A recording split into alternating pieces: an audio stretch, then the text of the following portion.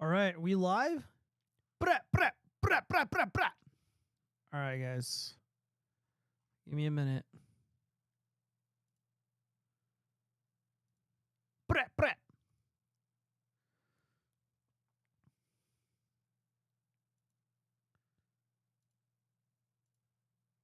All right. For no reason, what's going on? And welcome.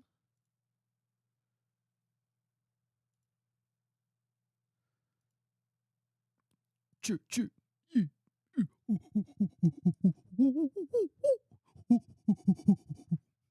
Sorry, guys. I'm like chimping out on the mic.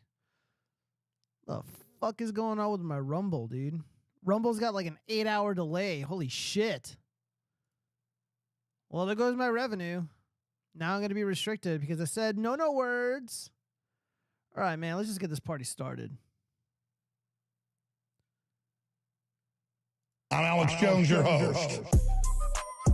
Docs and ding-dongs flopping around. Docs and ding-dongs flopping around. The moon is made of cheese. And tell your kids that they should be a tranny for career day. Docs and ding-dongs flopping around. Docs and ding-dongs flopping around.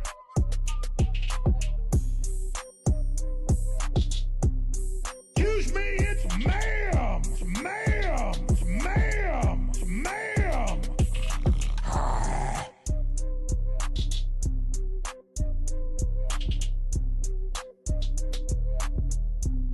I'm Alex Jones, your host. Docs and ding-dongs flopping around. Docs and ding-dongs flopping around. Docs and ding-dongs flopping around.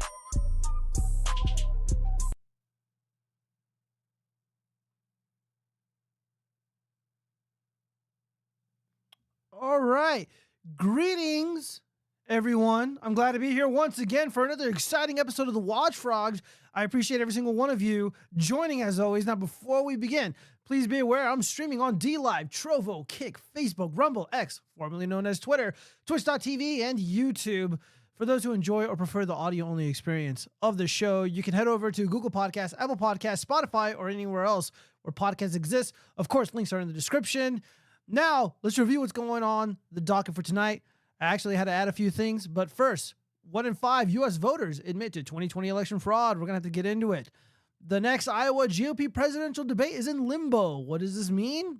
Only the simps unaware.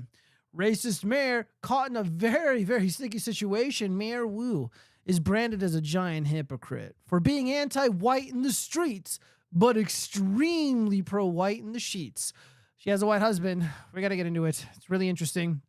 Hopefully we can pull up an image of our husband. We got some pop culture news. Rachel Ziegler is coming out as the boss babe once again, returning to her roots. And Jonathan Majors is found guilty of a serious crime. Could this be what finally upends the MCU? We'll have to see.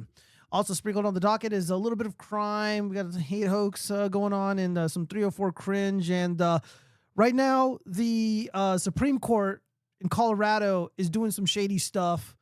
And that just happened today. I actually was kind of unaware of it. I've been working like a dog. Let's see. Who do we got in the chat? We got Rookie. Annie, are you okay? Oh my God. What are you saying again? Oh my goodness. All right, Rookie. I'm going to have to ignore what you're saying to me. It sounds like some more nonsense. Also, I lied. I guess we're not live on fucking Rumble. What's going on here? Hold on, guys. I gotta rectify this. Oh, come on. My channels. Let's go to the watchfrogs. What the hell is going on? It says I'm live. I don't understand what the fuck is going on here. Okay, I guess Rumble is broken. I apologize to the Rumble viewers. Doesn't work. Maybe they want me to pay because I can only stream so many times. So I guess we're not going to be streaming on Rumble, but we are on Facebook. We're everywhere except for Rumble. Everything I just said, just whatever. Yeah, man. Things are looking pretty good. All right, hold up. I got this muted. All right. So, shit, what do I want to get into first? Let's see. Let's go over to X really quick. That is not X. I wanted to talk about this Jirard situation. Whoops. Jirard the completion. I never heard of this guy. Let's see. I don't really. Oh my god, what's going on? I'm messing up.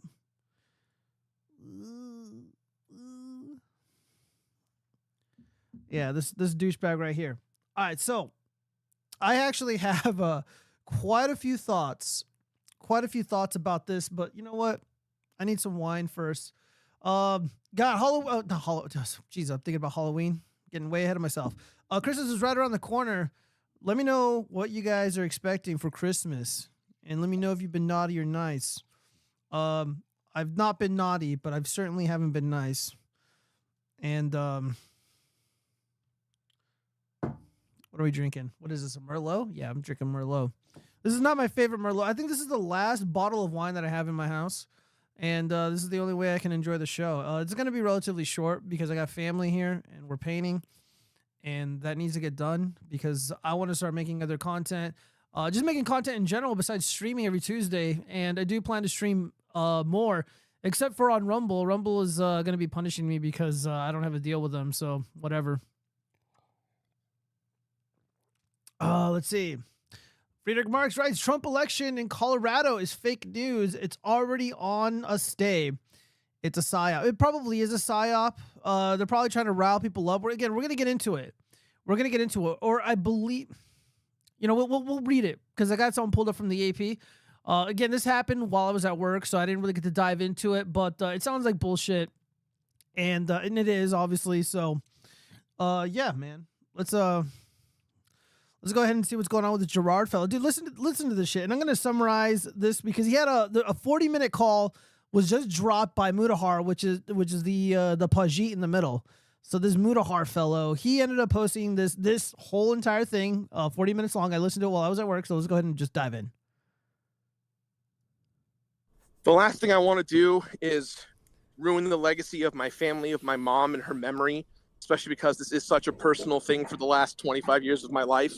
I'm not trying to be like, do you guys want money to help me hide this? It's not what this is at all. I'm just asking from a humanity perspective of like, if I am the target of this, I have 20 mouths to feed. I have sponsors. I have a business. I'm trying to make video games. I'm trying to get out of content creation so I don't have to worry about YouTube anymore and do better things in the world. And I just know because of my track record of things like G4 exploding, me being friends with John Tron when he was a racist. Fuck you. I've been a part of pro Jared, like pulling one thread about the charity thing is going to upheave my entire life in a way that scares the living crap out of me. And I don't want to go home tonight and tell everyone, hey, there is a gigantic thing coming to claim my career. That's right. And you all have to close down and find somewhere else to do. I know this is shitty me to say this. I'm not trying to ask for sympathy or anything. Yeah, you but are. This kind of stuff. I mean, I've been following your guys' stuff for years. The stuff with Billy Mitchell, Carl, the stuff that you've done, Mudo, with tons of content creators over the years. Like, there's no nuance to this. People are going to see this and they're going to immediately go, that Jirard guy who's been nice to a bunch of people actually isn't very nice overall. Fuck him. Let's get rid of him. Yeah, let's get rid of him, all right? I totally agree. I can't stand this guy. Look, anybody who hides behind compassion, empathy, sympathy, racial harmony is a scumbag. This Jirard fellow is a scumbag. But I didn't even know this because I don't know who the fuck Jirard is. I don't know what the completionist is. I don't care about indie video games or any of this nerd shit. But when I hear a fat nerd is scheming and potentially taking money from people, that's what I get interested in. And I want to put the gloves on and just go in the fucking ring and just start swinging. So that's exactly what we're going to do. So I listened to the full 40-minute call. And the whole time, the guy kept invoking his mom, the family legacy, and in this clip, he's talking about, he's trying to invoke sympathy. He's trying to show to the individuals who investigated the completionist and his bullshit charity. Trying to show to them, I got mouths to feed, I got a business, I got my whole life right here, and it's in your hands right now. And you can drop it and smash it to pieces, or you can give me my life back, and I'll give you money in exchange, which is, what he was trying to do is like, he's planting, we call it planting seeds. He's planting seeds, all right? And it didn't work. Jirard, the completionist, the complete nerd, he is getting ratioed on all of his videos. He is just being raked over the coals, and I find it to be very fascinating. And that's what I get off on. I get off on hate. I get off on anger and angst and shit, and it feels good. It feels real good. But just you got to be wary of people who always talk about doing good in the world and doing charity and stuff, but like never really lifting a finger. Jirard never did anything. He talked a big game about, I'm working with this organization, I'm working with that organization, I'm the primary funder of this group, of this organization. No one's ever gotten the money. So for a little over a decade, slightly over a decade, he held on to over $600,000. More than $500,000 this family, Jirard's family, was hanging on to this money. And it never went to where they said it was going. That is very deceptive. I'm not going to say fraud. I'm not going to say shenanigans. Well, I'll say it looks like shenanigans are afoot. It looks like some scheming is afoot. There were statements that were made that were blatantly untrue. And in my estimation, he needs to be held accountable for it. And of course, he's one of the wokesters. This guy mentioned he was on G4 TV. You guys remember that weird woman who kind of looked like Eminem, like post-op? And she, in the Frosk was the character's name, whatever her name was, Frosk, and she was talking about like women in gaming and they're not props or eye candy for the fat nerd male gaze, yada yada yada. Jirard was in the background clapping like a fucking seal, going, "You go, queen." I mean, that's Jirard. And again, wokester. Oh shit, hold on. Total wokester. And also total deceptive lying scumbag, which is just par for the course, right? Being a liberal, being a far leftist. All these people are the same.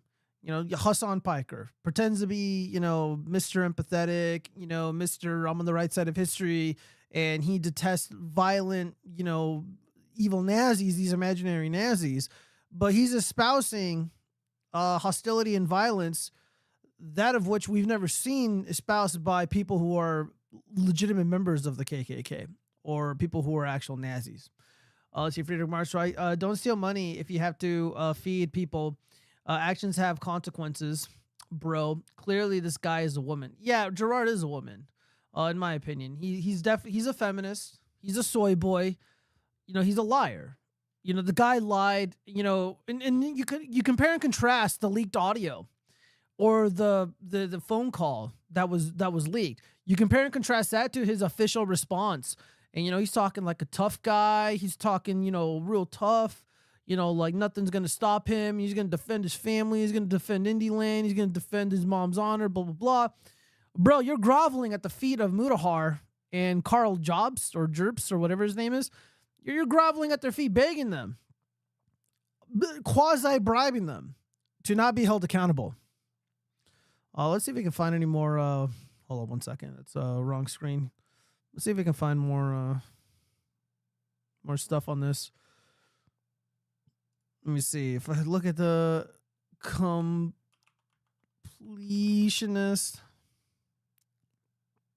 Billy Mitchell bracing himself for the completionist drama fizzles out. The completionist is not a nice guy. Downloading. Yeah, so people are shitting on him. Carl Jobs, because he's monetizing the drama. And again, it's what he should be doing. The guy is he's a content creator. He's an entertainer. So the family bovine writes, no matter which side of the spectrum you sit on in the Jirard completion debacle, can we all agree shit like this is scummy as fuck? No, I don't have to agree with you. The family bovine, you sound like a weak person. And Carl, you know what?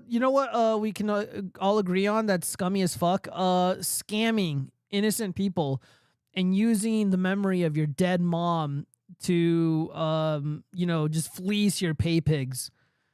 Because look at this fat nerd. Look at this nerd. Is this unassuming nerd?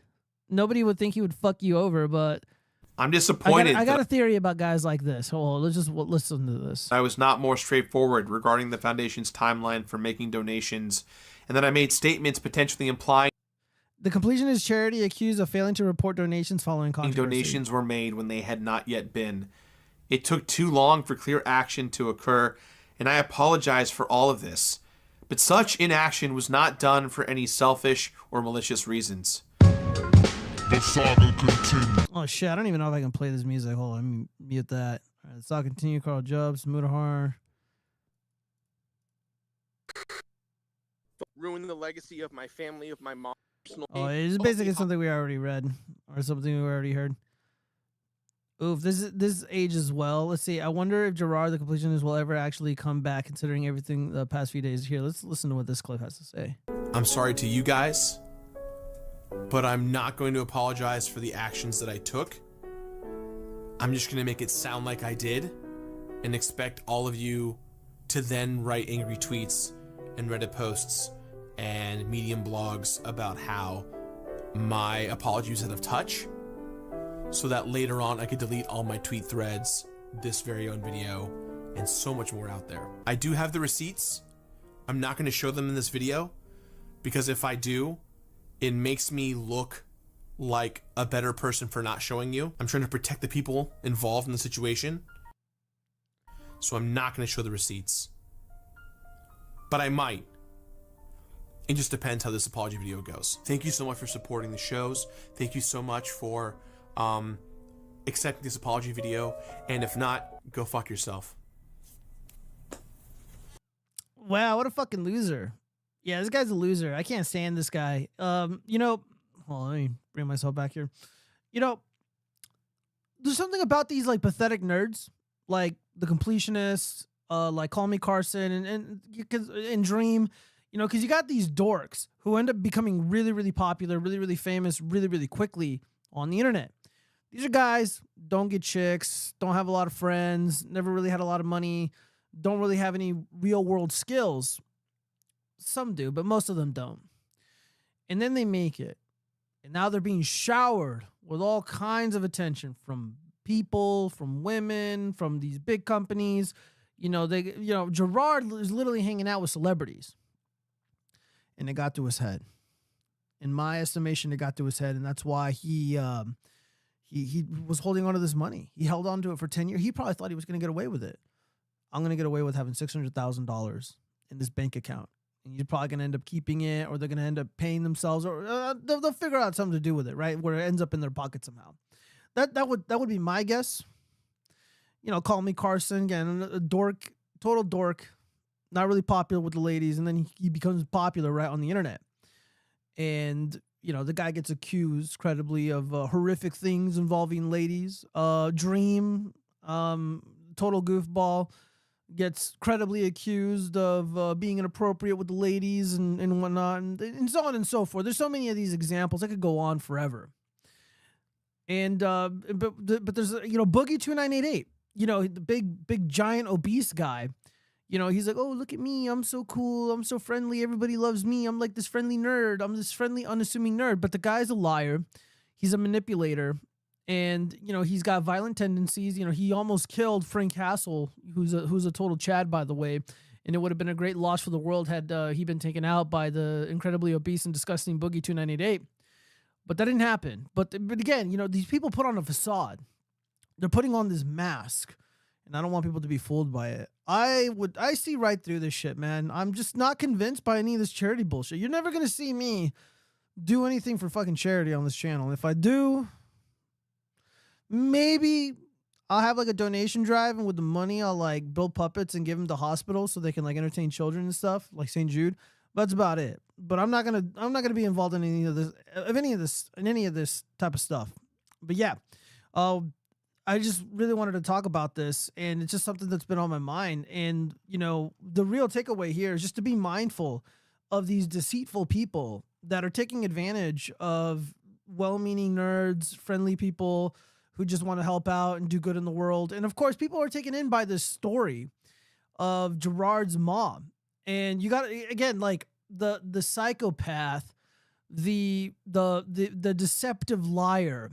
They'll use this one compelling story that works like a charm, and they'll just beat that story like a dead horse. So for Jirard, it's his dead mom. May she rest in peace. You know, I don't want to take shots at anybody. This is just about Jirard, but I need to impress upon everybody that the mom is gone. She died of dementia, a really horrible disease, according to him and the family.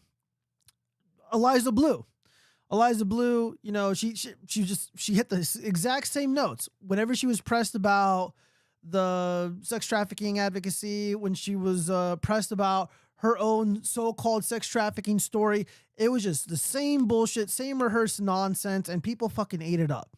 Same with Jirard. They just ate it up. So you got to be very, very mindful of that, you guys. You got to be very, very careful. Just listen to what they're saying. Listen to what they say the most, because what they are saying the most is what they want you to focus on. So for Eliza Blue, sex trafficking advocate, sex trafficking victim. I'm a victim. I'm a victim. You know, they hurt me. These people took advantage of me. I'll give me money. Jirard, my mom is dead. My mom had dementia. Give me money. I'm going to save people that had her illness. I'm going to, you know, do this in her honor, blah, blah, blah. Just saying bullshit. Be very, very mindful of that. Be very, very mindful of that. What people talk about the most is what they want you to see. But what I do, I try to look past what they want me to see. I want to see what's behind their words. I want to see what's behind the meaning of the things that are coming out of their mouths. And if you kind of adopt that way of thinking, you develop these I guess this intuition. It'll be very hard to trick you and to lie to you and to have you part ways with your money. All right, let's see.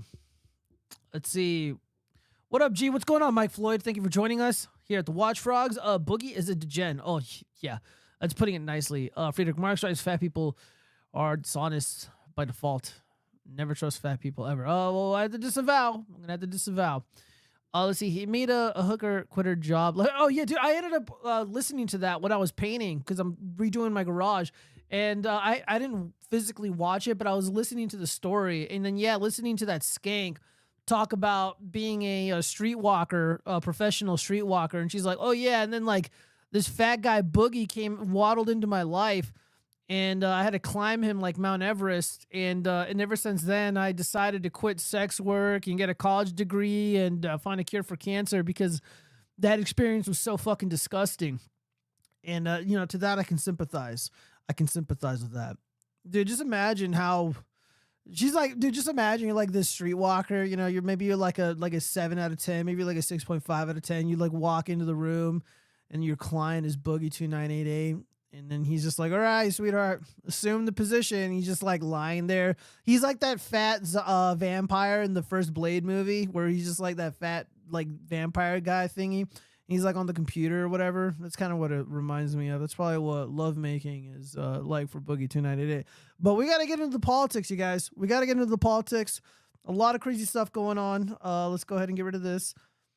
All right. So coming clean, the Washington Examiner. All right. Coming clean. 1 in 5 people admits to 2020 election fraud. What is going on here? Am I even allowed to say that? Who knows? I'm just reading the press. All right. So about 20% of 2020 voters now claim they took advantage of election laws that loosened up because of the Corona beers crisis to commit fraud, including filling out ballots for others, according to a shocking report being unveiled Tuesday. Some admitted they voted in states they don't live in, and others said they let somebody else fill out their mail-in ballots, neither of which is allowed. For the past 3 years, Americans have repeatedly been told that the 2020 election was the most secure in history, but if the polls' findings are reflective of reality, which they are, the exact opposite is true, of course. This conclusion isn't based on conspiracy theories or suspect evidence, but rather from the responses made directly by the voters themselves, said Justin Hoskins, director of the Heartland Institute's Socialism Research Center. The 2020 election was unlike any other in history, as tens of millions of Americans voted by mail due to the Corona beer pandemic. At the time, many experts warned that massive mail-in voting could result in widespread voter fraud. Unfortunately, these concerns were prophetic, as the results of this poll clearly show that a large number of voters did indeed fraudulently cast ballots in the 2020 election. Heartland editorial director Chris Talgo added, the public policy nonprofit group shared its new Heartland Institute Rasmussen reports survey revealing the possible fraud in the 2020 election. So let's see. Among the findings shared with Secrets, 21% of likely voters who voted by absentee or mail-in ballot in the 2020 election say they filled out a ballot in part or in full on behalf of a friend or family member, such as a spouse or child. A child, guys, a minor, somebody who's not allowed to vote. While 78% said they didn't. 30% voted by absentee or mail-in ballot in the 2020 election. Jesus Christ. 19% of those who cast mail-in votes say a friend or family member filled out their ballot in part or in full. 17% of mail-in voters said they cast a ballot in a state where they were no longer permanent residents. Guys, this is why it was so important to This is why it was important to scrutinize the signatures on the ballots. This is why it was important to clean up the voter rolls, because if you have somebody who's got a change of address flag over their name, you know, that person's got to be removed from the rolls. That person should not be receiving a ballot. But people who have change of address flags on their voting registration, they're getting these mail-in ballots, and apparently they're voting, even if they don't live there anymore. Interesting. Among all voters, mail-in and in person, 11% said a friend or family member, coworker, or other acquaintance has admitted to them they filled out a ballot on behalf of another person. Guys, this is we're in uncharted territory, man. I mean, it's getting spooky out there. It's getting real spooky. All right, let's see. Big White Vampire on the computer. Yeah, don't you remember the movie Blade? Have you ever seen the movie Blade? Let's see. Geo, the cookie study shows that fats are not to be trusted. Trust the science. Look, I don't know about this cookie study. Okay, I don't know about that cookie study. Let's see. Mail-in voting is bad. Ban mail-in voting because the world is female now. Stop the mail-in votes. I agree. We call it snail-in voting. You know, the snails. We can't trust those snails. All right, what else do we got here in the news and political news? All right, Boston mayor. Okay, so this is a racist woke mayor. Boston Mayor Michelle Wu shows off photo from Electeds of Color holiday party after defending gathering, a special moment. Let's just watch this clip really quick. Oh, I'm not going to read all that shit. All right. So anyways, Boston Mayor Michelle Wu proudly shared a photo of the controversial Electeds of Color holiday party she hosted on Wednesday, showcasing all the smiling government officials of minority backgrounds at the No Whites gathering. Last night was my turn to host the annual holiday dinner for Boston's elected officials of color, a special moment to appreciate that our affinity group now includes leadership across city, state, county, and federal offices. Wu wrote in a caption alongside the photo on Instagram. Wu, 38, came under fire earlier this week when the director of City Council Relations, Denise DeSantos, emailed the party's exclusive invitation to all members of the City Council instead of only the electeds of color. Boston City Council is comprised of 6 minority and 7 white members who were not the intended targets of the email. Oof. They had realized their mistake approximately 15 minutes after the message and sent a follow-up email to the white council members who received the invitation by mistake. I wanted to apologize for my previous email regarding a holiday party for tomorrow. DeSantos wrote in her follow-up, I did send that to everyone by accident. I apologize if my email may have offended or came across as so. Sorry for any confusion this may have caused. Fucking yikes. So this is the picture of the actual event. All these people, fat, very fat, overweight. Look at this haircut. Yuck. Wu claimed the group of electeds of colors has grown since the first began her public service when she was elected to the city council in 2014.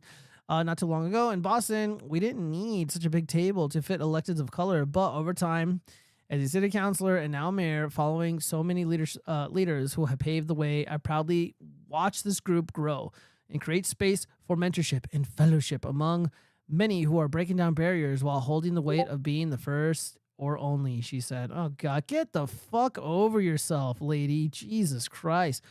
Electeds of Color Holiday Party. On behalf of Mayor Michelle Wu, I cordially invite you and a guest to the Electeds of Color Holiday Party on Wednesday, December 13th, blah, blah, blah. Okay. Let's see. Let's go to Twitter really quick because I want to show you guys her husband. And I'm going to explain what's going on here. So if I type in Mayor Wu. Yeah, let's see her responses.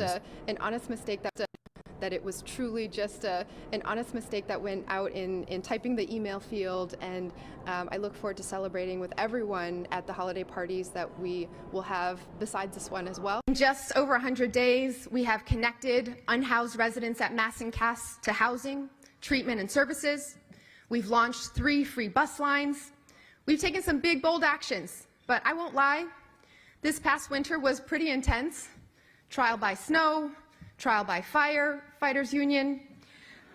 I'm getting used to dealing with problems that are expensive, disruptive, and white. I'm talking about snowflakes. Jesus Christ, dude. Racism much? Let me see. Where's her husband? Let's get a good look at her husband. I'm about to find it.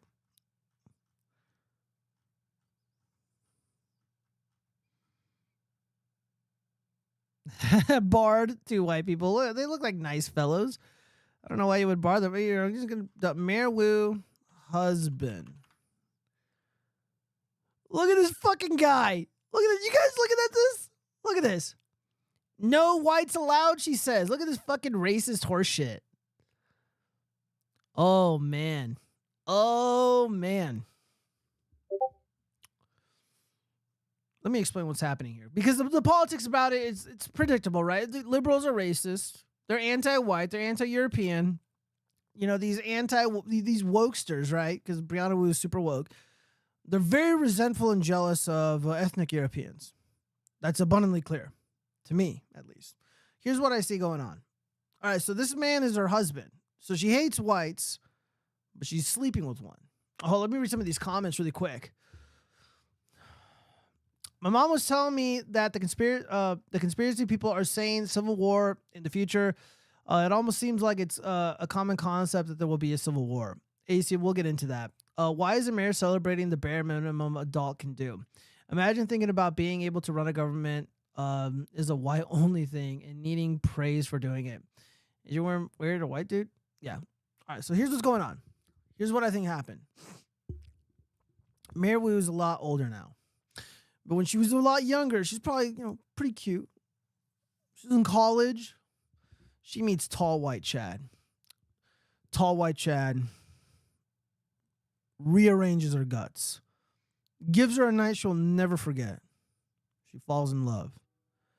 But big white Chad fucking bounces. Because he's got options.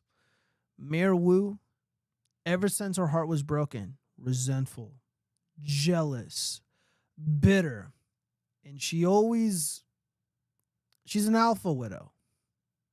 That's why she settled with a guy like this. Look at this. I mean, look, Mayor Wu, like I can see a younger Mayor Wu being like really, really cute and desirable. And she again, dude, she probably got flipped around, folded like a little origami bird. And she's like, woo, I want more of that. But, she got pumped and dumped. And I feel like that is the source of this racism, this resentment, this anger, this hostility. Because that clip that I showed you, that's not the only one. I could do that all fucking day. All day. So I don't know what's up with this dude. Clearly she's settled. But it's not enough because she's still dude, imagine like dating this dude and still having your stick up your ass about white guys. Again, I think this is a sex thing. I think this is a dating thing. I think this is a her heart was broken type thing. What do you guys think? Am I out of line? Am I off my rocker? But I think I'm correct. Let's see. I bet those are probably not his kids. He looks too much like a beta. AC, you might be right. I don't know, man. I mean, let's take a closer look. Let's scrutinize this. Nah, dude. I see they have the same hair color.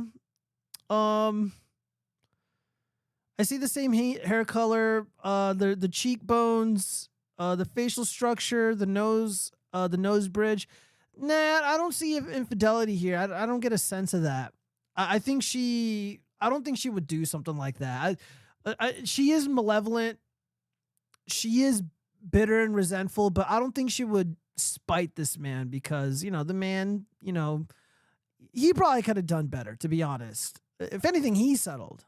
It's more likely that he settled because Brianna Wu sounds fucking miserable. I'm going to be honest with you guys. Like, I can maybe put up with a chick like Brianna Wu one night.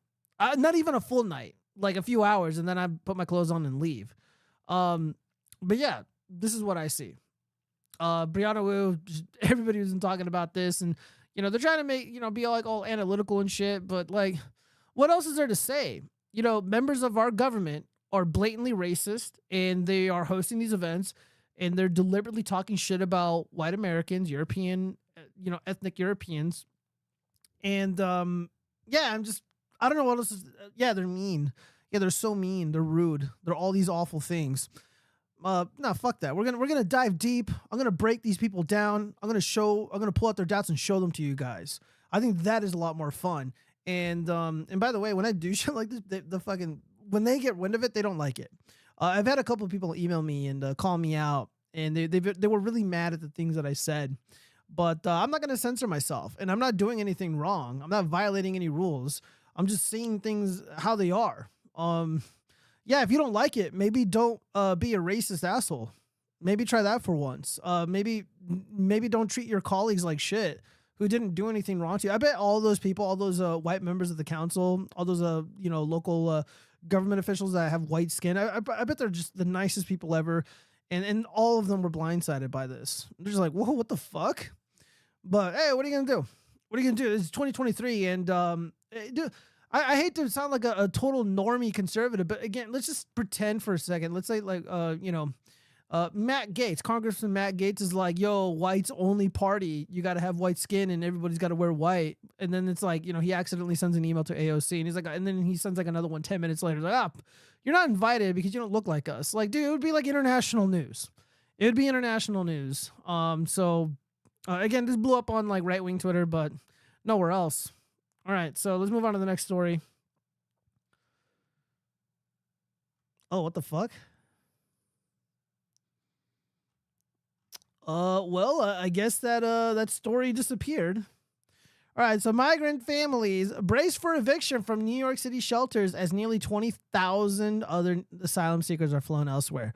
Oh, God, where else are they going? Send them to California, send them to Chicago, send them to Baltimore, send them to Detroit, just to get them away from the smaller communities, get them away from the suburbs, just get them the fuck away from us. Jesus Christ. So thousands of migrants' families are bracing to be evicted from their New York City shelter next month under a 60-day limit rule. While the Big Apple has already flown nearly 20,000 other asylum seekers elsewhere, Jesus Christ, they're deporting them. They're deporting them as quickly as they're migrating there. About 3,500 families, migrant illegal alien families with children, have been warned that after the first of the year, they will have to clear out of the city-run shelter where they've been staying and haul their kids and belongings to a Manhattan intake center to reapply for a new spot.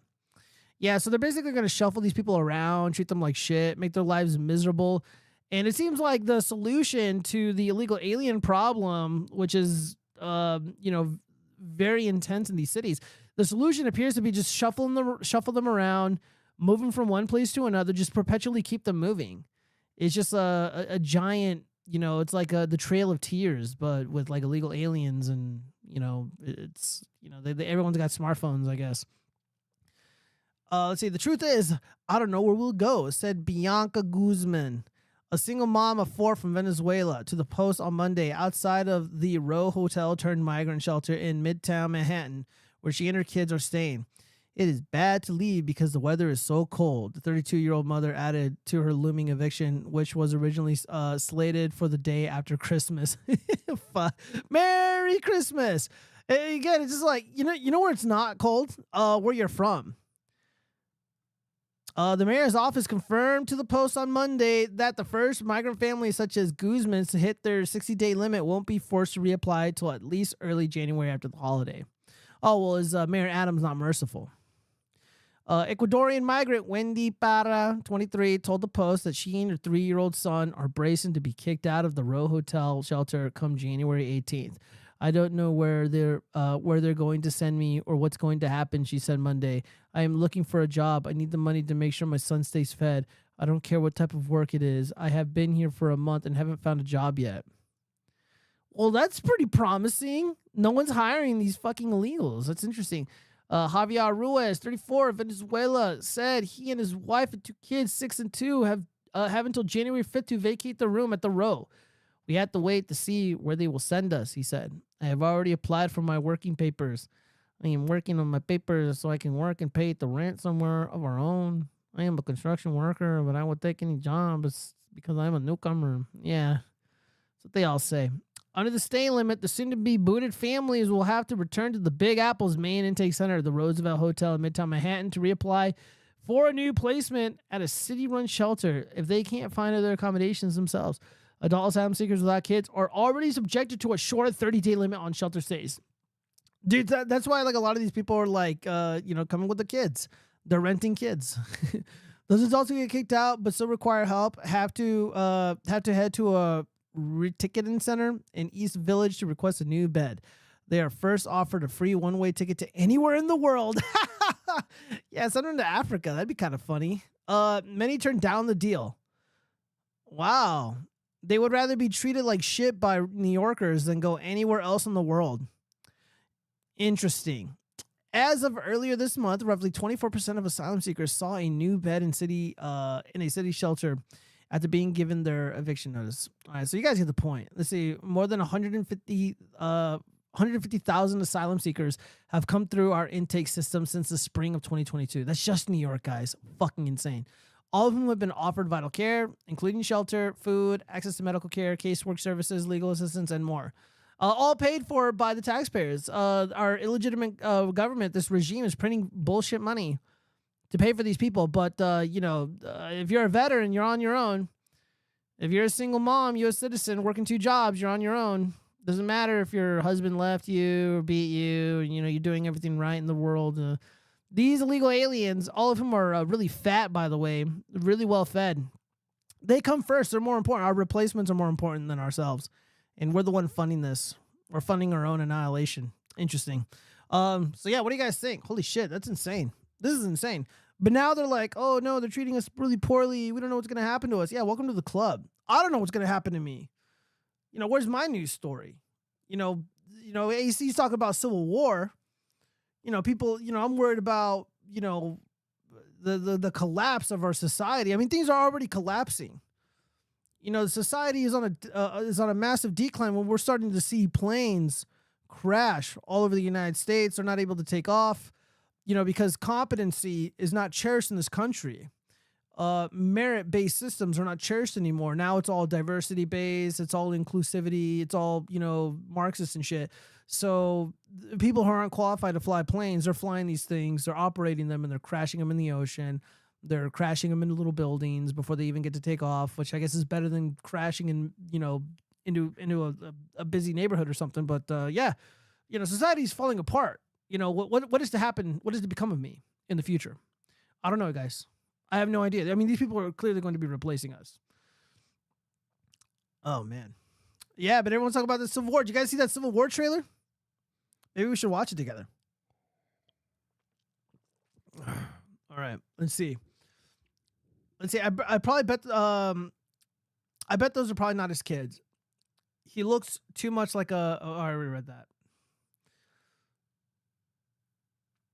Maybe one of them isn't his. I don't know, dude. Let's see. They will move them to the rural areas soon.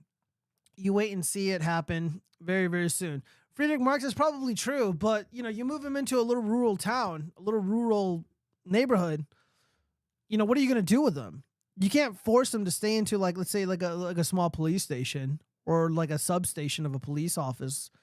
You can't force them to move into people's homes. There's no resources. There's no jobs. There's no fun. There's no salsa. There's no, fucking fast food for illegal aliens in rural communities. So I don't know what's going to happen. Let's see. My comment was removed. It disappeared. AC, I did not remove or disappear your comment. I promise you. I'm not about that censorship life. So yeah. What else have we got here? Let's see. CNN Iowa presidential debate in limbo, and the only person who is really upset are the DeSantis bros and DeSantis himself. The final Republican presidential debate before the Iowa caucuses may not happen. Yeah, good. Who cares? CNN announced last week it will host a Republican presidential debate in Iowa on January 10th at Drake University in Des Moines, 5 days before the first in the nation GOP caucuses. The debate would likely be Iowa voters' last time to see presidential candidates in a head-to-head matchup before. Blah blah blah. Okay, you guys get the point. I'm not gonna, read anymore. I want to give you my thoughts on this. On all of the debates. Essentially, a waste of time. They're all a completely waste of time. They're all incredibly boring. All the candidates are boring and they suck except for President Trump. He's fantastic, and I feel like a lot of people share my beliefs, share my worldview. Those who are like on my side of the political spectrum, that all this is unnecessary, all this is boring. I think more people went on Twitter to look at clips of the actual debate. People went on Twitter to gauge the reaction from like the DeSantis bros, from President Trump himself. And, I didn't really see that much enthusiasm, that much hype, that much excitement around any of the debates, any of the clips. I mean, there were a couple zingers here and there from Vivek Ramaswamy. But other than that, I don't really care. And I don't even think the people that are debating care either. They tried to, tar and feather President Trump and call him like a chicken, call him a little wuss, call him all these things because he didn't participate in the debates. However, he proved that nobody really cares about the debates. Nobody cares about the people on those stages. Even rising stars like Vivek Ramaswamy, nobody cares. Nobody cares. I don't even care. And I do political analysis. I'm not gonna waste my time watching this junk, because I already know I'm in it to win it. I'm rah Trump, no matter what, and that's it. And a lot of people, I think over 60% of the GOP electorate is in that camp. So there's just really not much more to add to this. However, Governor DeSantis absolutely needed this debate to happen. And I feel like, this is not my original thought. This is not my opinion. This is, I think, Richard Barris's or Robert Barnes. But they're of the opinion that Haley, Nimrata Haley, and Ron DeSantis are so close. Nikki Haley or Nimrata Haley cannot afford to have an embarrassing moment, because she's been kind of getting pummeled by Ramaswamy. So she can't afford another moment like that. She honestly can't. So she's going to step back. She's not going to engage. And it probably makes more sense for her to not even participate in the debate herself, because in some of the polling, she's in second place, and Ron DeSantis is now in third. And you can blame the DeSantis bros mostly for this, because they're just insufferable jackasses. I can't stand Ron DeSantis supporters. Wait. I take that back. I didn't mean that. I cannot stand the Ron DeSantis surrogates who are overly enthusiastic about their support for Ron DeSantis. There's a lot of people that I love and respect who were initially, pro Ron DeSantis. Some of them, a small handful of them, didn't even know that President Trump was running for office. They didn't even know he was in the race. They thought he was, gone forever. But that's just not the case. People are so unaware, and that's fine. Differences of opinion, that's fine. I mean, I'm sure there's like a handful of Nikki Haley supporters out there, but I don't really know who they are, and I don't really have anything negative to say about them. But the surrogates for Ron DeSantis are so damn annoying. I honestly can't stand these people. They're worse than the communists. I really do believe that. Let me see what's going on with my Rumble, man. Sorry, let me just refresh it. I know we're like 40 minutes in already. Oh, what the fuck? Okay, I guess I'm live on Rumble. Shout out to everybody on Rumble. I did not know it was live. I have the chat up. The chat is there. All right, so I'm totally live. This is awesome. Okay, great. Now I feel pretty good. I don't know what happened. It was just really, really slow. It's Rumble after all. Let me read some of these comments. Let's see. I was saying illegal immigrants will replace the slaves in the Civil War. The libs and the conservatives will fight for the rights of illegals. Yeah, they will. Yeah, they're insufferable. Let's see. Closeted Ron loves the D in him like he loves high knees or high heels. Probably true. But there is something that I did want to address. Well, I obviously don't agree with Ron DeSantis and don't really like him for one reason or another.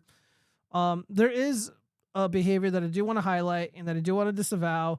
This is a short clip, but it needs to be. I need to post this here. It's only a minute long.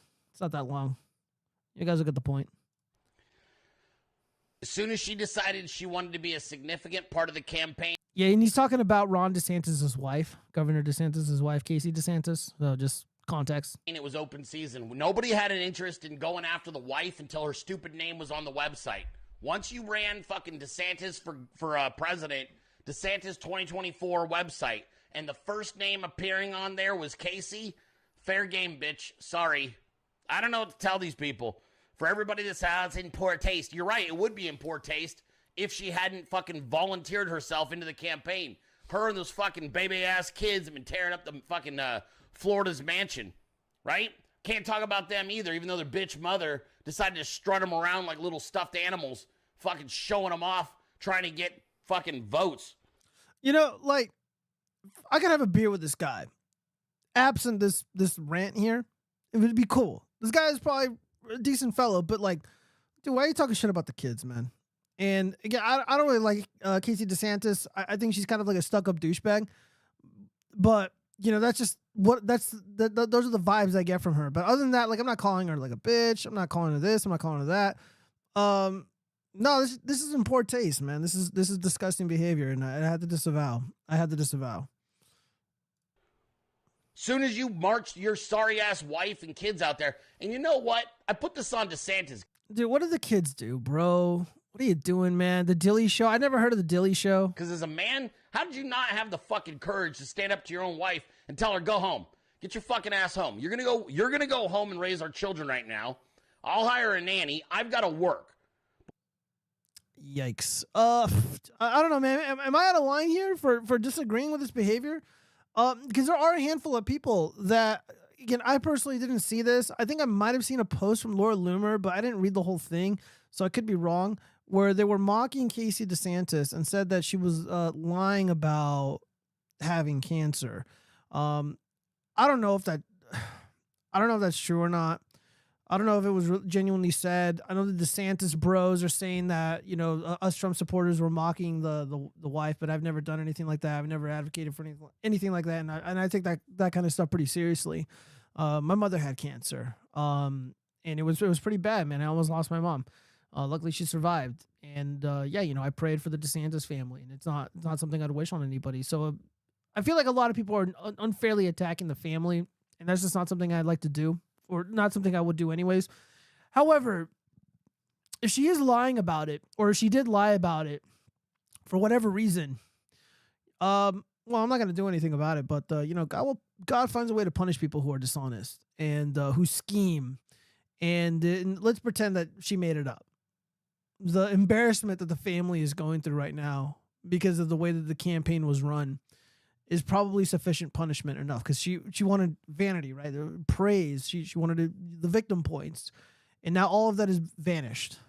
All the goodwill that was built up the past few years since, you know, Ron DeSantis has become a household name, it's all gone now.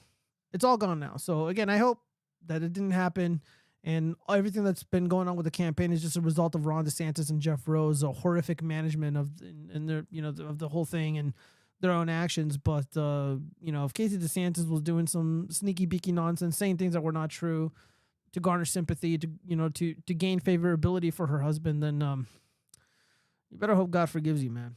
It's not fucking funny. And I don't know, I'm not gonna look into it. I'm taking the position that they were telling the truth, but if they're not, you know, maybe this response is warranted. Maybe this is true. Maybe they know something I don't, but I'm not looking that deep into the campaign of Ron DeSantis. Again, I don't care. That campaign isn't really registering a pulse. They pretend that it is, but it isn't. Nah, he's right. I hate Dilly. The kids are fair game when they use them as a tool. Friedrich Marx, I disavow. They're little kids, man. They don't know better. They're not old enough to understand. They're just, you know, following their parents along for the ride. All right, let's move on to the next thing. We got to talk about the potential PSYOP, Colorado. This is breaking news, guys. Breaking news. Donald Trump has been banned from Colorado ballot in historic ruling by state Supreme Court. I'm going to be honest with you guys. I can't recall where there's a time in American history where a leading presidential candidate on the Republican side or the Democratic side, you know, one of the leading political parties has been removed from a state's ballot. We're in uncharted territories. AC alluded to Civil War earlier. Who knows, man? I mean, it's stuff like this that will that could possibly spark a great conflict in the United States. Civil unrest, and it's gonna be lawfare that kicks this thing off. It was lawfare that initially sparked the first civil war in the United States. A lot of people don't know that, but that Dred Scott decision, woo, really lit a fire under people's asses. You know, the cartoon version of American history is one day people, you know, John Brown was leading a group of anti-racists and fuck John Brown. John Brown's roasting in hell and he's a terrorist. Fuck him.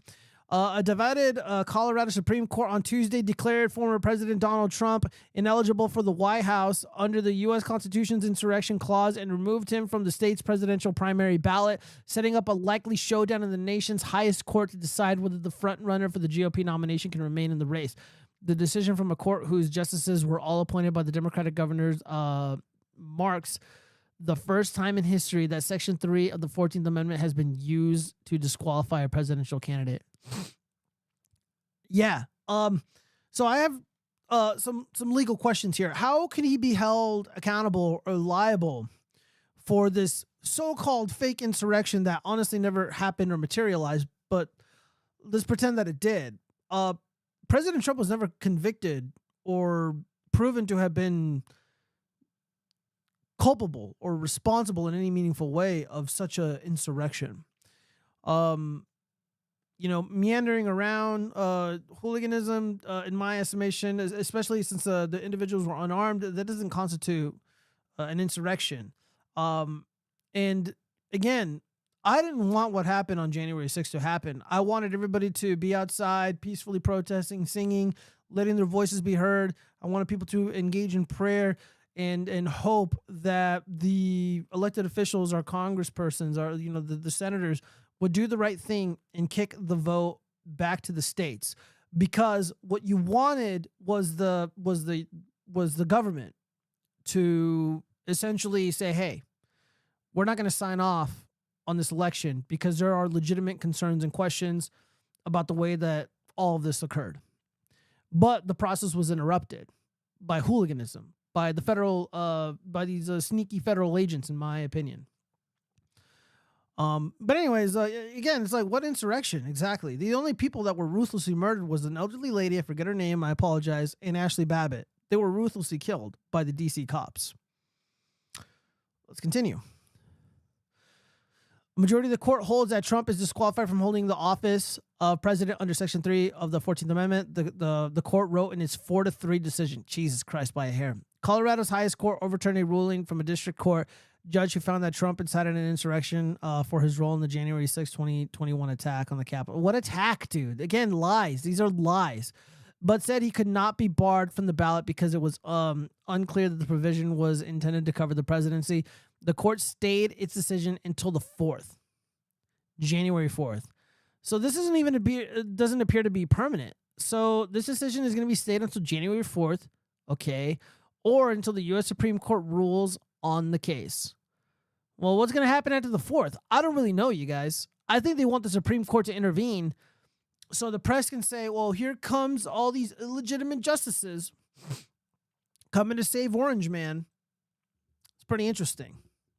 I think that's what they want. They want the process to look as illegitimate as possible. They want it to look as if the government itself is coming out and stumping for Donald Trump. So when he inevitably takes the White House again, there will be a lot of doubt as to the legitimacy of his government. There will be a lot of insubordination, lack of better words. We do not reach these conclusions lightly, wrote the court's majority. That's not true. We are mindful of the magnitude and weight of the questions now before us. We are likewise mindful of our solemn duty to apply the law without fear or favor and without being swayed by public reaction to the decisions that the law mandates we reach. That's bullshit. Yeah, tell that to Derek Chauvin, you bags of shit. Trump's attorneys had promised to appeal any disqualification immediately to the nation's highest court, which has the final say about the constitutional matters. Trump's legal spokeswoman, Alina Hava, said in a statement Tuesday night, this ruling issued by Colorado Supreme Court attacks the very heart of this nation's democracy. It will not stand, and we trust that the Supreme Court will reverse this unconstitutional order. Trump didn't mention the decision during a rally Tuesday evening in Waterloo, Iowa, but his campaign sent out a fundraising email citing what is called a tyrannical ruling, which it is. Republican National Committee Chairwoman Ronna McDaniel labeled the decision election interference and said the RNC's legal team intends to help Trump fight the ruling. Yeah, Ronna McDaniel she does a lot of talking, but she doesn't do a lot of walking. I don't believe it. Don't believe it until I see it. Trump lost Colorado by 13 percentage points in 2020 and doesn't need to say to win next year's presidential election. But the danger for the president, to the former president, is that more courts and election officials will follow Colorado's lead and exclude Trump from must-win states. Yeah, we're likely to see that, you guys. We're likely to see President Trump attacked legally nonstop until the end of this election cycle. And it ends in December. Because they're going to be counting ballots long after November. We'll probably know by December of 2024 who the president is going to be. Just letting everybody know. That's just how it is. That's how it's going to be. And again, we didn't even know who the real president was going to be in the 2020 election until January. You know, I legitimately believed, I'm going to be honest with you guys, I legitimately believed in my heart that we were going to prevail, the truth was going to prevail, and everybody would see through the nonsense. Everybody was going to see see through the lies of the regime, see through the lies of these election officials, see through the lies of these clerks in government. This is definitely one step to civil unrest. Oh yeah. Oh no, certainly. Imagine if people use this as an excuse to not pay taxes in Colorado. No option to select Trump. No way to choose representation. No taxation without representation. You know, that sounds legally justified. I mean, this just happened today. I don't know what the legislature is going to do. I know that the Trump team is going to petition this. I know that the stay is only going to last until January 4th. I mean, they could just ignore this and maybe nothing will come of it. You know, everything will just go back to normal. He'll end up on the ballot after the 4th. And, you know, like they stated, Trump doesn't need to win Colorado. However, there is a serious issue with Trump not being on the ballot. Let me take a swig of this Merlot. If Trump isn't on the ballot, it's going to demoralize a lot of his base. It's going to demoralize a lot of the voters. You're going to see a lot of independents. You're going to see a lot of the new coalition that is joining the populist movement. So a lot of younger people. We got the Latin Americans or Spanish Americans, whatever you want to call them, that have latched on. People from Latin America with populist inclinations. They're not going to vote. We're going to see Republicans. Let's pretend for a moment that this is permanent, and President Trump is not going to be on the ballot in 2024 in Colorado. We're going to see. We're going to lose all the Republican congressional candidates. They're all going to lose. All of the state house. It's going to be all Democrats. You're just going to see a surge of Democrats. It's going to be a supermajority. It's going to be a Democratic supermajority state, much like California. Now imagine if you disqualified President Trump altogether for 2024. I'm letting you guys know right now. If it's Trump is not the nominee, I'm not gonna bother voting. I'm not gonna care. I would rather Biden win.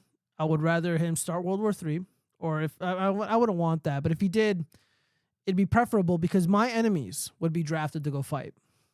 My enemies would suffer. My enemies are suffering right now. They cheered on the rigged election.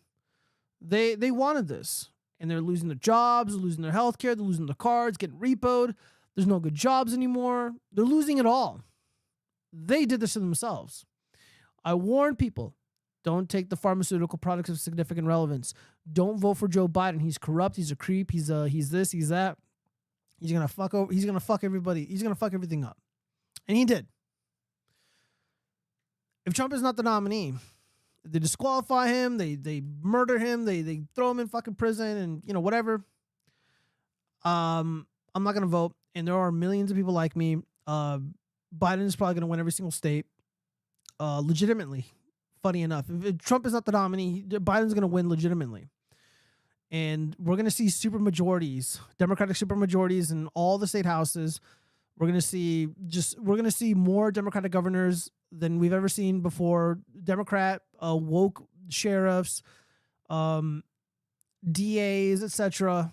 and we are going to be oppressed and terrorized in ways nobody ever could have imagined. And it wouldn't be my fault.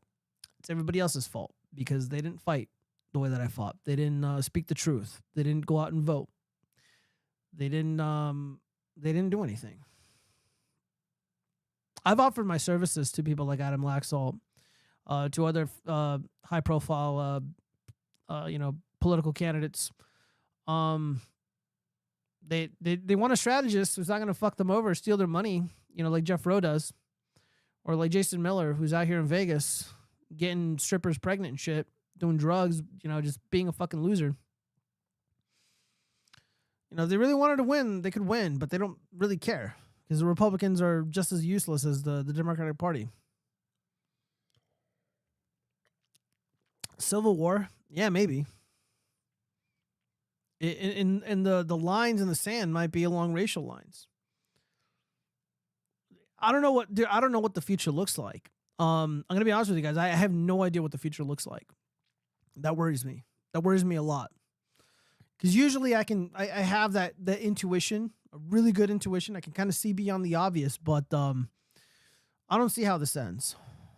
I see the polling, and I'm not really talking about the polling too much, but Trump is surging. We're there, Rich Barris, Trafalgar, Rasmussen, everybody is talking about Trump's insurmountable lead in Iowa and all the states.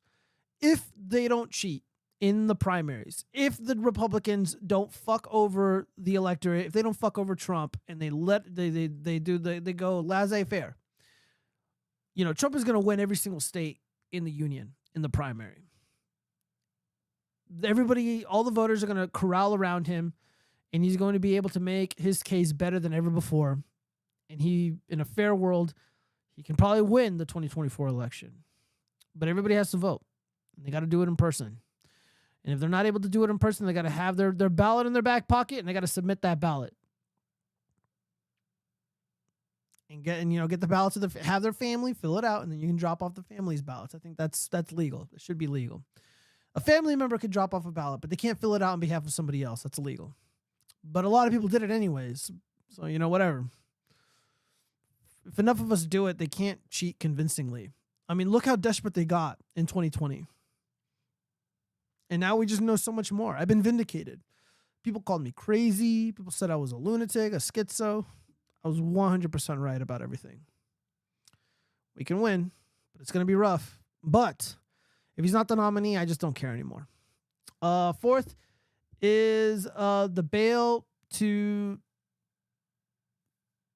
the debate. Let's see. The fourth is debate to stoke anger. On the fourth, it gets a stay extension for 3 months. Oh, I'll hold you to that. That's a good prediction. Yeah. All right. Well, let's get into some pop culture news. Let's get into something funny. All right, so Jonathan Majors, the Magic American, who is tied up with the MCU. Hold on one second. Jerry finds Jonathan Majors guilty of assault and harassment. Let's watch this clip really quick. Oh, what the fuck is this? Dude, that's Brianna Wu? That's Mira Wu? Man, this is really creepy and unsettling. I don't like this ad. I had to turn off the music. All right, here we go. So the reaction is that the jury had a lot to evaluate, and by finding guilty on some charges and not the others, it means that in evaluating the testimony, Brianna and Bars, that there were some things that the jury credited and other things that they did not. It appears as though there was a guilty finding on what's called reckless assault. Well, what is that? There's a distinction between intentional assault, which means that it was your intent, it was your goal, it was your aim, it was your objective to assault, versus reckless. Reckless is the conscious disregard. It means the jury didn't make a finding that was intentional, but it was sufficiently reckless, right, such that the jury made a finding as to that. The jury also made a finding as to harassment, which is not a crime. It's simply a violation. A violation of law means that it doesn't rise to the level of a criminal offense. And just in terms of clarifying the parlance, a misdemeanor offense in New York State is a offense that is punishable by up to a year in jail, a violation punishable by up to 15 days. And so that's what the judge will have to, sentencing, evaluate whether there's any time at all that is going to be imposed. But that would be certainly the parameter. Yeah, I don't think he's going to do any time in jail. He's probably already done like a week or a few days, but it's Jonathan Majors. He's a Magic American. He's really, he's a rich Magic American. Let's see. A New York jury on Monday found actor Jonathan Majors guilty of assault and harassment of his former girlfriend during a domestic dispute. Majors, a rising star who has appeared in Disney's Marvel franchise and Creed 3, was convicted on Monday of 1 count of reckless assault in the 3rd degree and a non-criminal charge of harassment as a violation. He was acquitted of another assault charge and 1 count of aggravated harassment. Majors, who was present in court on Monday, held a straight face while the verdict was being read. He left the courthouse without commenting to members of the media. In a statement to CNN on Monday afternoon, Priya Chaudhry, an attorney for Majors, said he still has faith in the process and looks forward to fully clearing his name. I'm going to just say guilty. Yeah, this fool's hella guilty. Look at him. Look at him. Yeah, MCU takes another blow. All right, let me read some of these comments. You don't want to know how this ends? The Tex-Mexican Empire rises.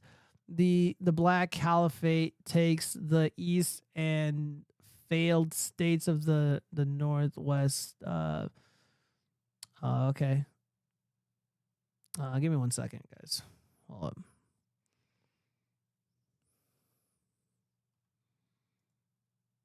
Whoops. Yeah, damn. I was like shuffling through things. I gotta sort this out because this screen is just so far away. Let's see. The Black Caliphate takes the East. No, they would never take the East. That's not possible. The demographics wouldn't permit it. That isn't. Yeah, that's just not true.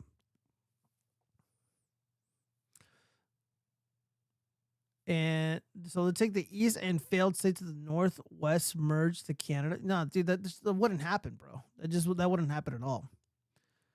Let's see. It brings were a contest. My foam pillow would be the. Damn, dude, I really can't read that. It's too far away. Hold on 1 second.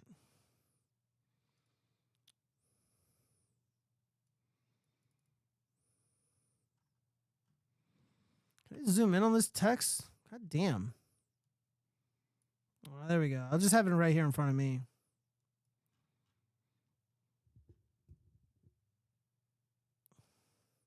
Everyone has a right to be stupid now and then, but for the last 2 years, President Biden has abused the privilege. Oh, Valiant Thor, he absolutely has. Okay. Oh, here we go. Now I can read your comment, Valiant Thor. It brings were a contest. My foam pillow would be the reigning champion with a mental archive that surpasses Sleepy Joe's cognitive abilities. Yeah, probably. I just send you a map after work. No, the first off, no Black Caliphate is going to take anything. I mean, when those people are left to their own devices, they're miserable. They can't function. Just civilization all but disappears.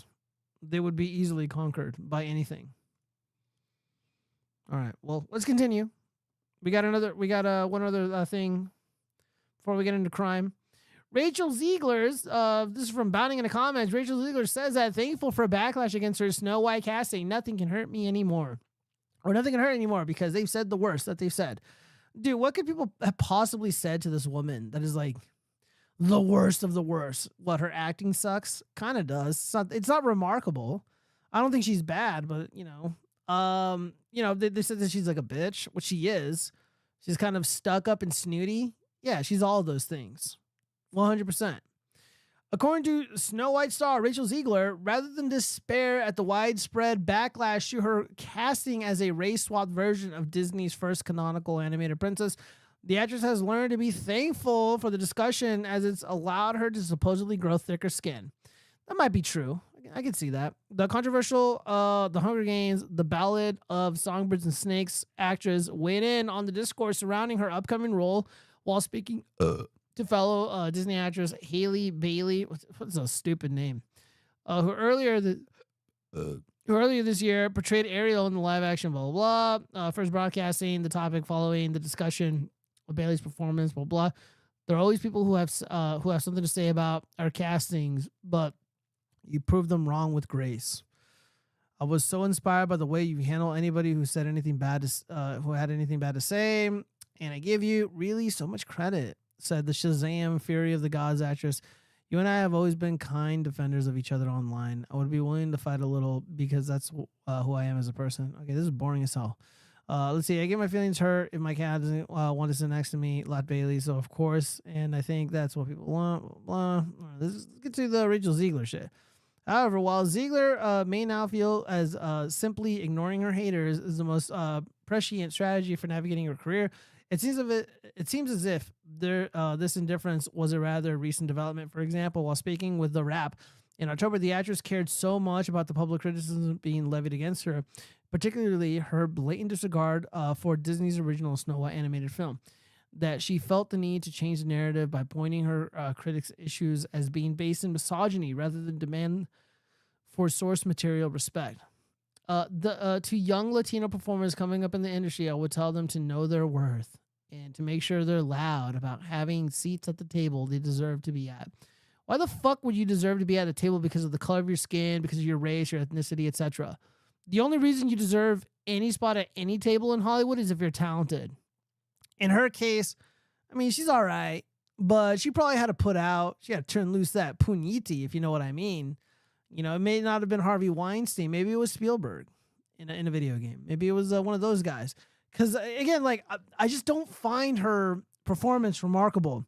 And, again, like, I can give Rachel Ziegler credit because it's difficult to act. I've acted before. I've done voice acting, and it's really, really fucking difficult to do.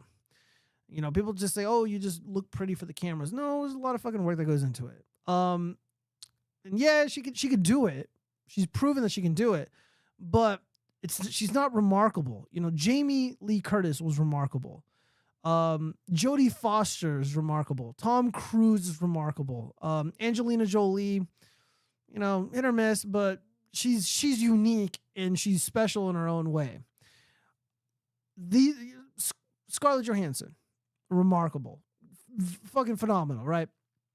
I don't get that sense from Rachel Ziegler, and I'm not saying that, you know, just to trash her or whatever. You know, I've given plenty of people that I've trashed on the show credit, like Eric July. I don't really like Eric July. I think he's a coward. You know, false DMCAs. You know, his people went after my Discord channel. They went after my YouTube channel. But I said, some sucked. However, I do believe Eric July is an artist. And I gave credit where credit is due because the Backwards band that he's in is pretty cool. Pretty awesome music. However, Rachel Ziegler, her singing is like mid. You know, her acting is less than mid. But she can't do it. But again, it doesn't blow wind up my skirt. That's for sure. So yeah, I mean, this is why people have an issue with her, you know, because all these shitty movies, all these fucking you know, Disney, all these big companies, like it's not enough to just make good products. They got to send people like Rachel Ziegler out there as little surrogates for the narrative, as surrogates for, you know, the far leftist messaging that is promoted in the films. And, you know, she comes out and she says stupid shit like, you know, no, you got to know your worth, Latinx performers. Know your worth and make sure that you're loud and obnoxious and you have a seat at the table. That's just not how the real world works, dude. Like if you go out in the real world, you know, looking for like a job, not even like a job, but like a career type job. You know, you go into an interview with that attitude, you're not going to get the position. Plain and simple. You want a seat at the table? Make your pitch. Why do you deserve a seat at the table? Why do you deserve to be sitting with us? Why do you deserve to be a part of this film, part of this project, a part of this company, etc., etc.? Oh, because I'm a Latin woman, because I'm Latinx, I deserve a seat at the table. Because I'm young and pretty. Like, dude, like, look at it. Like, look. I mean, I don't really particularly find Rachel Ziegler attractive. You know, I like what I like. You know, I prefer Europeans. But, you know, like, she's pretty, right? she's attractive. She's not Lizzo. She doesn't look like Lizzo. That's a plus because there's not that many skinny people. We're overwhelmed, right? Our numbers, we're outnumbered. So she just looks like a girl, a young lady who's never been told no in her life. So she has this shit attitude, and I don't like it. I don't like it anymore. All right, so yeah, let's see what the commenters are saying. Every time it's about her feelings, not what she did or said. Everyone else is to blame for her problems. I'm confident she has a therapist who tells her this every season or every session. Yeah, that wouldn't surprise me. It's like, yeah, you got a rich douchebag celebrity sitting on your little couch or sofa. You're gonna reinforce their stupid opinions or stupid beliefs. You're gonna be on their side. And yeah, I can see that. Let me see what else we got. So Ziegler and Bailey were having a coping session. Yeah, that's exactly what it was. Both of them participated in the destruction of a classic movie. Well, I don't think they participated. Well, okay, they definitely did participate in it, but I mean, they're just workers, right? They're paid to work on that set. They're paid to act. They're just doing their job. I mean, what were they supposed to say? If it wasn't Haley Bailey, it would have been another Magic American. If it wasn't Rachel Ziegler, it would have been, another Jenna Ortega or some shit. So I have sympathy for neither. You don't get to antagonize people and then cry when you face backlash. Well, she didn't. Yeah, she did antagonize people. Yeah, she antagonized people. She said racist bullshit. She was just off her rocker, man. She's just saying shit that's not true. And not only that, she just comes off as like a douchebag. At least Haley Bailey, or whatever her stupid name is, at least she handled all this criticism correctly. And I believe that's all we got for pop culture. I mean, there really isn't much going on. I mean, the big thing in pop culture going on right now was the Jirard completionist situation. Of course, Haley Bailey and Rachel Ziegler, the coping, and then Jonathan Majors was found guilty. I think that just happened either today or yesterday. Pretty big. LOL, you imported the black caliphate leaders already.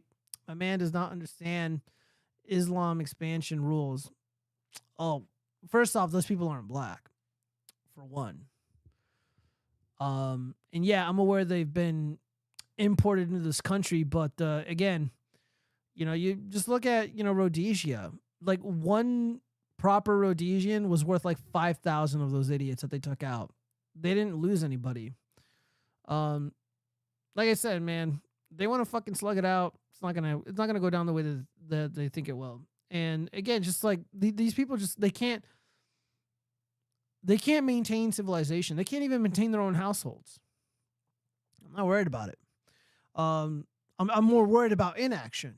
I'm more worried about nothing happening, which is again why it would probably be better for Trump to lose the 2024 election, because we gotta speed this up. Shit's gotta happen. Things gotta become more stable more quickly. It's falling apart anyways. I'm just gonna be ready for it. That's all. You give them way too much credit. All right. We got some crime stuff.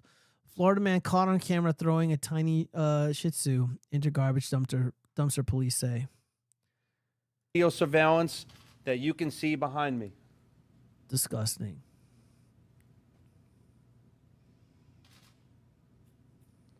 This sickens me as you watch this.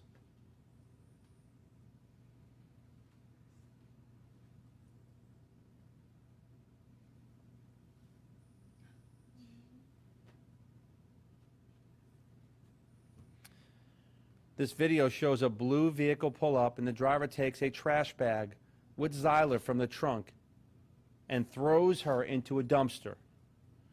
You can see on this video that he has absolute zero regard for Zyler. No living thing deserves to be discarded like common trash. The suspect literally throwing a life away. This video is disgusting. All right, well, let's read a little bit about this heinous crime. Hold up. Oh, damn, dude, it went down the wrong pipe. I'm going to die, you guys. Woo. All right, so this is a little Shih Tzu. So Zyla, oh my gosh, she's 16 years old. Shih Tzu was rescued by workers at a Florida dollar store after being dumped in the trash. Who would do such a thing? The blue vehicle seen in the surveillance video was parked outside the home. Bellman, who authorities said is a relative of Zyla's original owners, even answered the door wearing the same clothes as in the video, Marcino told reporters. He was charged with a felony count of aggravated animal cruelty and will have his name added to the county's animal abuse registry, the sheriff said. Dude, I think all counties need to have animal abuse registries. Animal abusers, PDF files, people engaged in elder abuse, they need to be on a registry, and people got to know who they are. Oh, look at this, dude. This looks like Jack Murphy in like a few years. He said Bellman, who allegedly had a prior drunk driving arrest in Ohio, was released on a bond. Ugh. Marcino said the arrest was made by the sheriff's animal cruelty task force. Ooh, I'd like to work for them. That he founded, and which has so far logged 15 felony animal cruelty arrests and thousands of abuse complaints. Okay, so you got thousands of abuse complaints and only 15 felony animal cruelty arrests. You guys got to pump those numbers up, man. Those are rookie numbers. Animal cruelty perps need to be held accountable. Marcino and Zyla was treated by a vet and is now in good health and up for adoption. We bagged up this trash and gave him a ride to the Marcino Motel, he added of Bellman, using his nickname for the Lee County Jail. You don't get to abuse an animal in Lee County, the sheriff added. So Sheriff Carmine Marcino and his team are heroes. Thank you for treating animal cruelty with the seriousness it deserves. We need more people like you in counties across the country. And thank you once again to the New York Post for continuing to cover stories of animal abuse. Aww. 16 years old. She's probably got a couple years left. Unbelievable. But the pooch survived and looks relatively unharmed, which is pretty good. What else do we got? All right. On the Gaza, Palestine-Israel conflict, New York City anti-Jewish property crimes soar a startling 85% since Israel-Hamas war began. Duh, it's pretty fucking high, guys. Jesus Christ. That's dude, what a horrible time to be a part of the tribe, a part of the group of people you're not really allowed to notice. 85% is really fucking high. That's a really big number. I'm kind of blown away by it. Like, I was going to the bank to deposit some money, and on the opposite side of the traffic lights, like on the intersection driving towards me, I saw a giant black SUV, and they were waving the Israeli flag, and I'm like, they're braver than me. That's for sure. I would never do something like that. All right, so 85% since the Israel-Hamas war began. Anti-Semitic property crimes have soared 85% in the Big Apple since the October 7th Hamas terrorist attack on Israel. New NYPD data shows. There were 135 anti-Jewish hate crime complaints on property in the Big Apple from October 7th through December 10th, up dramatically from 73 in the same period last year. Oof. A pair of menorahs sponsored by Shabbat Sunset Park were desecrated in separate incidences earlier this month, leaving Rabbi Yankee shocked. Surveillance footage showed a bicyclist shoving over a 9-foot-tall menorah on Fifth Avenue, while another displayed in the neighborhood's namesake park swiped in the wee hours before the first night of Hanukkah and found smashed on the ground nearby. This is something intentional in the heat of the moment, where people feel they have the right to lash out against Jewish people and Jewish symbols, and it's unacceptable, Chet said. Menorahs displayed in public and sponsored by Chabad branches run by Chet's brother and brother-in-law in Brownstone, Brooklyn, had also been vandalized in the lead up to the Jewish Festival of Lights, he added. Yeah, this is really sad. It's really unfortunate that, look at this. So there's a district office of Congressman Dan Goldman. And then, of course, outside there's graffiti, Free Palestine, Let Gaza Live. Yeah, this is pretty disgusting. Let's see, time for jail time, a commenter adds. Fines and documentation on permanent record. No more woke absence of consequences. Here. So far, only Democrats are sponsoring segregation events. That is true. On college campuses and now at Christmas parties, only Democrats will openly exclude an entire race of people just because of their skin color. It is only Democrats who are being openly anti-Semitic, attacking Jews in public, and using hateful symbols to vandalize Jewish homes, places of worship, and Jewish workplaces. It is only Democrats who are openly attacking Jewish people in the streets and attacking Jewish students on college campuses. It is Democrats who overwhelmingly support a war in Ukraine that uses entire divisions of men who ideologically identify with the German SS and proudly display its symbols. Republicans do not do this. Yeah, that's pretty true. The tolerant left, so peaceful and accepting of everyone. The IT dude writes. Yeah, this is pretty unfortunate, man. What a horrible time to be Jewish. I can't believe this is happening. I never would have imagined it would explode. This type of hate would explode the way that it has. For so long, the modern left, the democratic left, the establishment left has basically manufactured instances of hate, especially against Jewish Americans or just Jewish people in general. They manufactured all this hate against them. But now we have a spike of genuine anti-Semitism, over 85%, or roughly about 85%. And it's not getting the international news that one would expect. Because again, it's really important to focus on how is the media reporting this right now, and how did it report it before? So when this was virtually non-existent, it was reported all the time. It was all over the news. It was international news. But now we're seeing genuine hate crimes, genuine hate events, and it barely makes the 10th page of CNN or MSNBC or whatever. Let me read some of this. They cannot build. Sure, I will agree, but they can burn your shit down fast. Yeah, we'll see about that. What location is... hold on one second. Let me get the chat up in my face because this is not readable.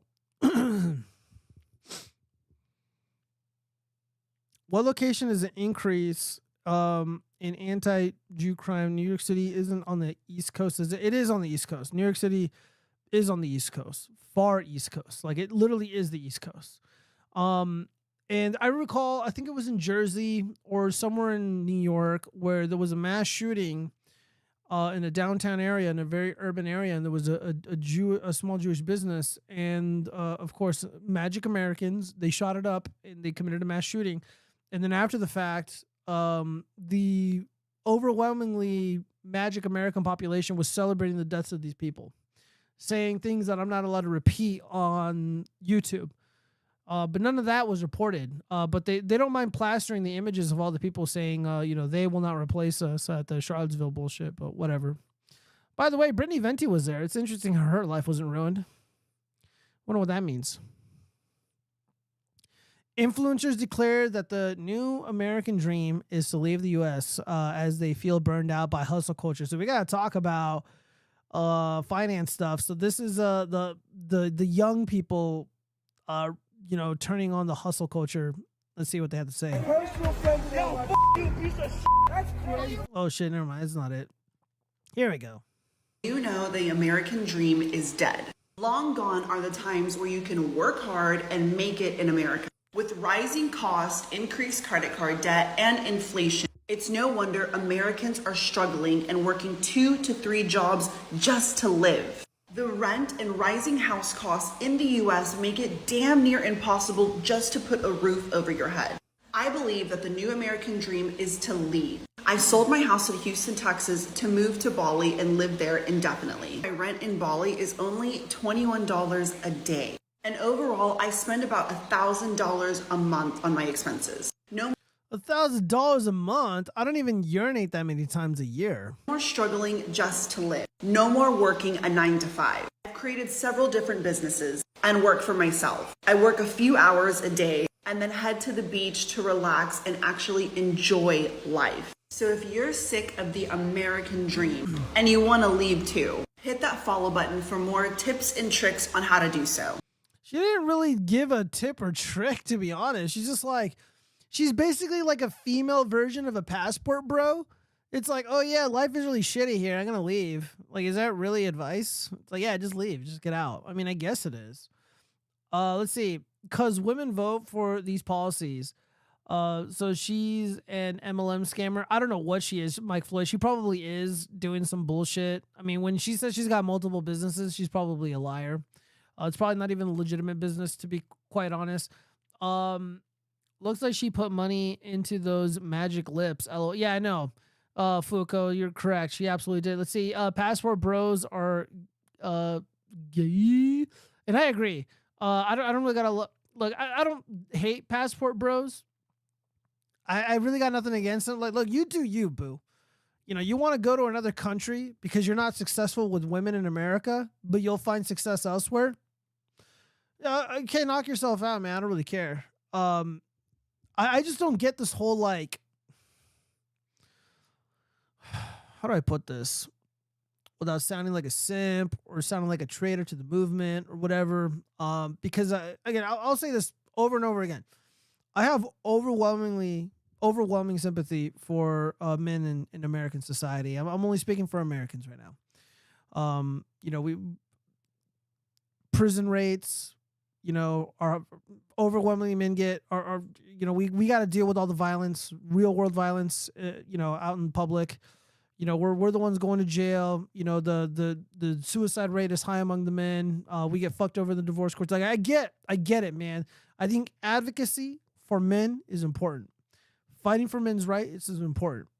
But when we talk about passport bros, when we talk about women like this, or we talk about MGTOW, a lot of this stuff just doesn't make a lot of sense to me. Because if I was legitimately MGTOW, it's like, you know what? I'm a scorned man. My college sweetheart, she left me when I was dying. I'm bitter, I'm angry, I'm resentful, and maybe I have a right to be. But you know, and I decided I'm going to go monk mode. I don't want to date. I don't want to get married. I don't want to get fucked over in divorce courts. I'm going to go my own way. Okay, well, why don't you just go your own way? Like, you know, people make this a job, make it a personal identity. Like, I just I don't get not doing something and making that like as your identity. So not getting into a relationship is becoming your identity. That just seems counterproductive. It seems like a waste of time. It seems silly to hyper focus on letting the world know why you're doing what you're doing. Again, you don't have to justify your actions. I mean, the whole going your own way would suggest to me that, you know, like you're done trying to make it work. You're done making excuses for dating and for, you know, relationships or whatever. And you're just going to do your own thing. Like, why? You don't have to justify it to anybody. And, you know, women do the exact same thing too. They'll go on, they'll make those shitty TikTok videos. They'll make those shitty relationship advice videos. And they'll say all men are scum. All men are this. All men are that. And, you know, dating is awful. And it's like, well, maybe you're awful. Or they're just like, I'm just going to be single. I'm going to do my own thing. Or they'll come out and they'll attack MGTOW. They'll attack these young guys that are jaded, let's say. And look, like some guys are allowed to be jaded. Like dating fucking sucks. I get dating can be hard. If there's a bunch of dudes who are deciding, you know, they'll leave a comment here or there, and they're like, you know, I don't want to date anymore. I'm over this. Like, this is a waste of my time. And there are women who are like upset about that. Like, what do you care? You know, because a lot of those women, most men are invisible to them. They don't care what happens to them. They don't care that they make sacrifices in society, and you know, they fight hard to keep civilization going and working. Because they see them as invisible. But when they decide to walk away, then all of a sudden they pretend to care. Like, it just doesn't make a lot of sense to me. It's all about, you know, live your own life, live a clean life, and be honorable, and have integrity. To have good integrity, to have real integrity, is to do the right thing when nobody's watching.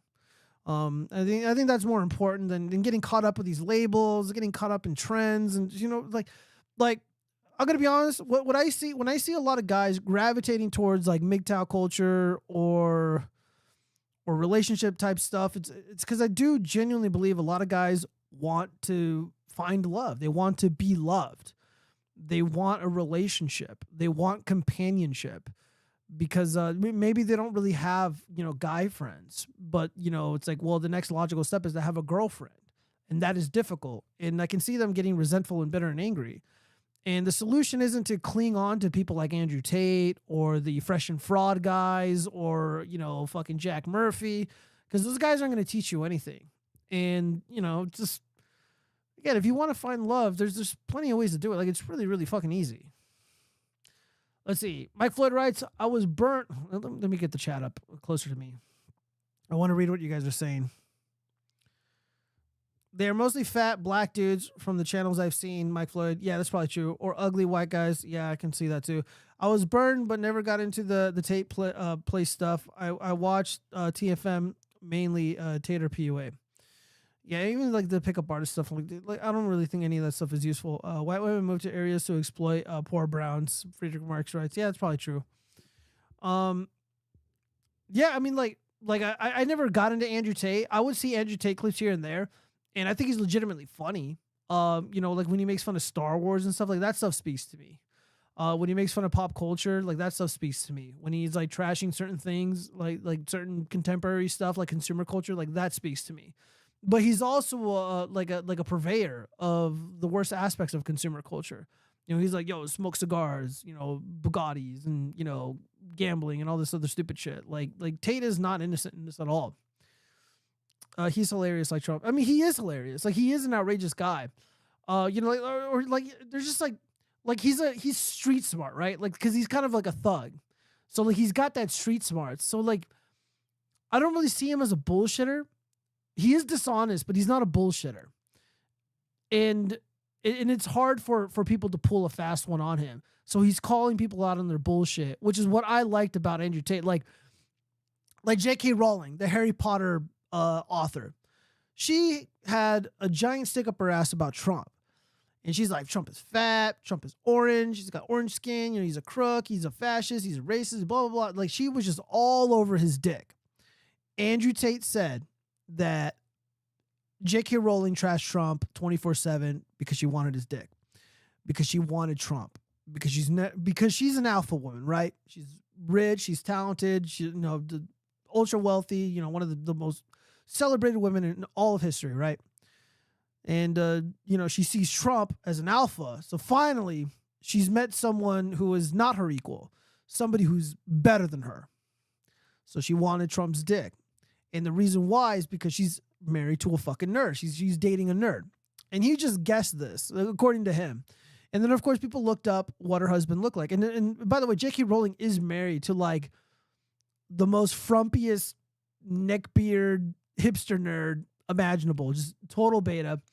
And then everybody was like, yeah, Tate got it. You know, and she fucking knew. She knew what he was. She knew she read what he was saying. It was so fucking funny. See, that's what I like. That's the Andrew Tate that I like. Or he's like trashing Star Wars. Like one of the things, because I used to get this. People are like, hey man, like, did you watch the game? Like, I ain't got time for cuckball. Oh, dude, what do you think of the new Star Wars? Watch that fucking garbage. What about, oh, dude, I cried watching Avengers Endgame Part 2. The last time I cried, my mother was dying of cancer. Me and you are not the same. If I was in a movie theater and you're fucking crying because some purple alien snapped his fingers and killed, you know, Tony Stark, whatever, I'd fucking hit you in the face, bro. And then I'd walk out because you're not my fucking friend no more. Because I don't want to be friends with some little bitch who's going to cry in the fucking theater to a cape shit movie. All right? We're fucking men. Time to grow the fuck up. I've had guns pulled on me and shit. I ain't gonna fucking sit next to somebody crying in a fucking movie theater because of some comic book bullshit, Disney CGI nonsense. Andrew Tate was told, dude, you never seen because he's never seen Star Wars, according to him. I believe him. He's like, yeah, I've never seen Star Wars. And people's response to him would be like, oh, well, you're missing out. He's like, bro, I drive a Bugatti. I'm partying with these hot chicks. You're missing out. Hold up. So who's in the Discord? What's up, man? What's going on? Hold on. I think I'm fucking muted. Hold up. Oh shit, it's Chaz. Ladies and gentlemen, we got Chaz in the house. Yeah, we got a green skin in the house tonight. Yo, hey, bro, guess what? I'm super drunk right now. Dude, I'm buzzed right now. I'm drinking Merlot. So yeah, man. How you doing, buddy? It's good to hear you again. Hear your voice. Dude, I'm great. I know I haven't talked to you in a bit, so I figured I'd show up. Dude, Chronic stream, midstream. He's playing like clips from a movie. Stream gets taken down for copyright. So for the past hour, I've kind of just been hopping from like Discord person to Discord person, trying to stay awake, enjoy my buzz. Yeah. Right. And you know what? I haven't talked to you in a good bit. And I just want to know how Gio is doing, like the watchfrogs. How's he doing? Dude, I'm doing great, buddy. You know, we'll talk more, man, but I hope you're doing well. I hope you're healthy, dude. I miss talking with you, man. I know, You and Manic and the other Greenskins, man. You guys are my peeps. And no, man, I wish nothing but the best for you guys. And I know that hopping in out of nowhere might be a bit no, rude. not at all. Forgive a Grigga for barging in. Grigga, please. You're always welcomed here. That's why I have the channel open, and it's why I'm hanging out in here in the first place. Thanks, man. So, are you about to end your stream? I know it's getting kind of late. Are you doing another segment or something? I got like a few more short stories to go. It's all fun stuff. Well, right now we're gonna get into the 304 stuff. Dude. Okay, so I'm like 2 shots of whiskey, 2 Mike's Hard Lemonade, and an ounce and a half of Everclear in. You know what? I'm down for a segment if you would so graciously have me. I would love to have you, Chaz. As a matter of fact, you might be an expert on the topic because the last stuff we're dealing with is 304 stuff. Bro, I'm kind of an expert on 304s. I don't know if you know this, but I uploaded a video a few weeks ago about a 304 in anime, and it's got 130,000 views. Yeah. This little beetle boy is going places. Dude, I saw, man, you're blowing up. I actually just got some of my analytics, and apparently I had over 135,000 unique views this year so far. Just on my newer content, not the older stuff. And I'm like, oh wow, well, that's fucking great. Because most of the time I'm just live streaming, and of course I am live on dlive, Trovo, Twitter, Facebook, Rumble. You know, I'm on Spotify, I'm on Google Podcasts, Apple Pod. I'm all over the internet. You know, I'm like herpes, which we're gonna get into later on.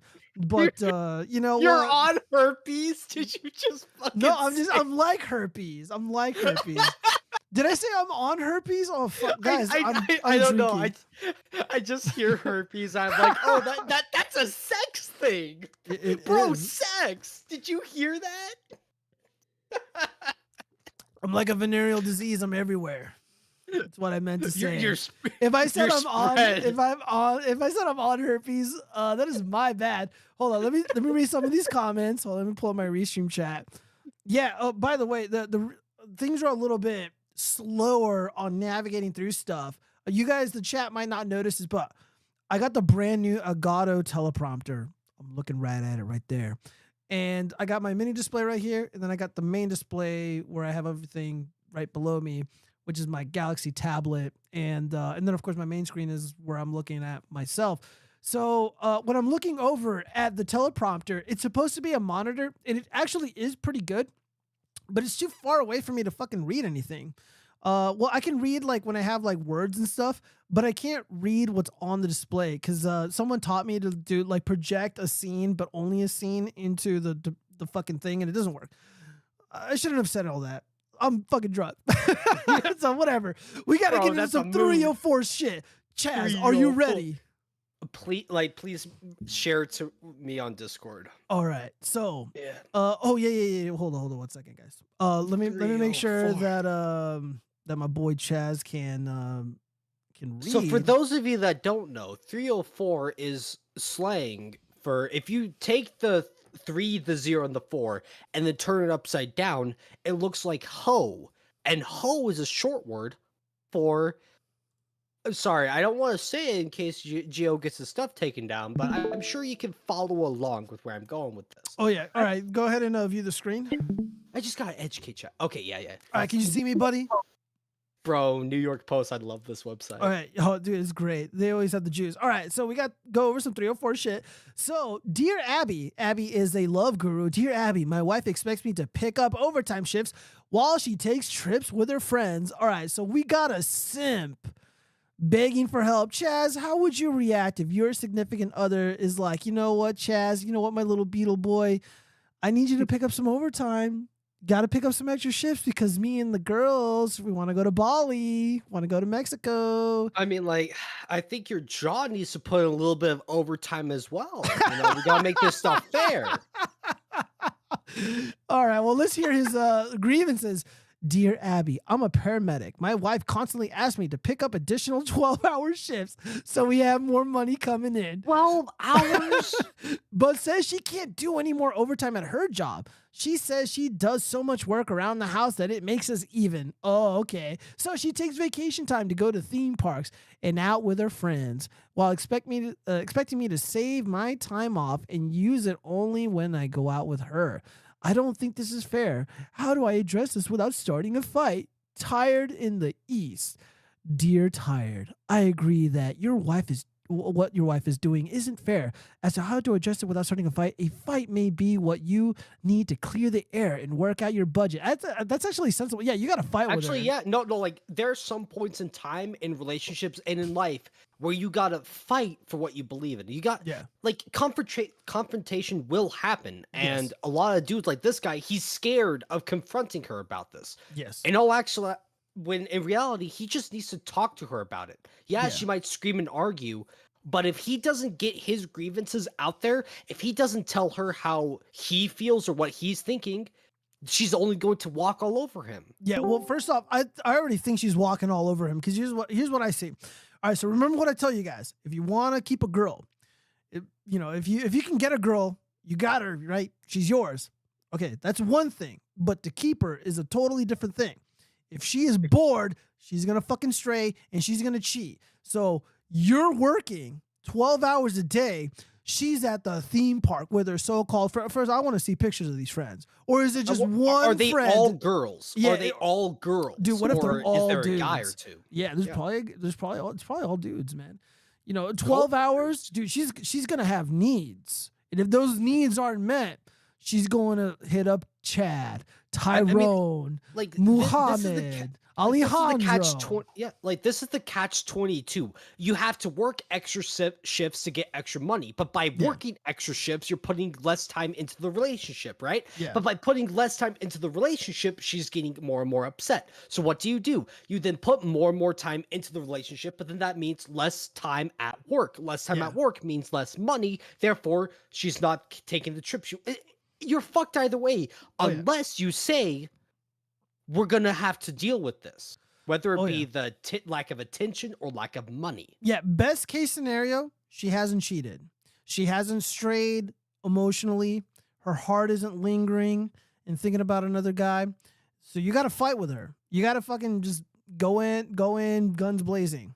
All right. What's up, Spencer? Welcome. Yeah, you missed all the political stuff, dude. Like, I wanted to talk politics with you and, share the interviews that you did. But you know what? We're talking about 304s right now. We're talking about herpes. All right. So on the screen, my voice is dead, but I wanted to jump in and say, dump that bitch if she's going to Disney. That's all I got to say to that. Oh, shit. So, Chaz, do you recognize this girl? Have you seen this video? Oh, shoot. Give me a second. I think I've seen it on Twitter, but I haven't listened to her yet. All right, I'm going to speed it up because it's 2 minutes long. It's way too fucking long. All right, here we go. Good change. And bump up the volume a bit. Friday night, I started having a burning sensation whenever I peed. Was not pleasant. So Saturday, I went to urgent care, and they put me on medication for a UTI. So I started the UTI medication on Sunday, and then that night I noticed that my right lymph node in my groin was swollen. By Monday, the UTI meds still haven't kicked in. It still really hurt whenever I peed. So I called to make an appointment with my gyno, and it's now Wednesday. My appointment's in like half an hour. The subject is very stigmatized, has a lot of shame around it, but then I noticed warts on my genitals. Very painful. These last few days, I've just felt run down, icky, Yeah, dude, she was definitely run down, if you guys know what I mean. Had an appetite, uncomfortable. It hurts to walk. Yeah, dude, it hurts to walk because after Tyrone was done rearranging those guts, she wasn't able to shit right for a week.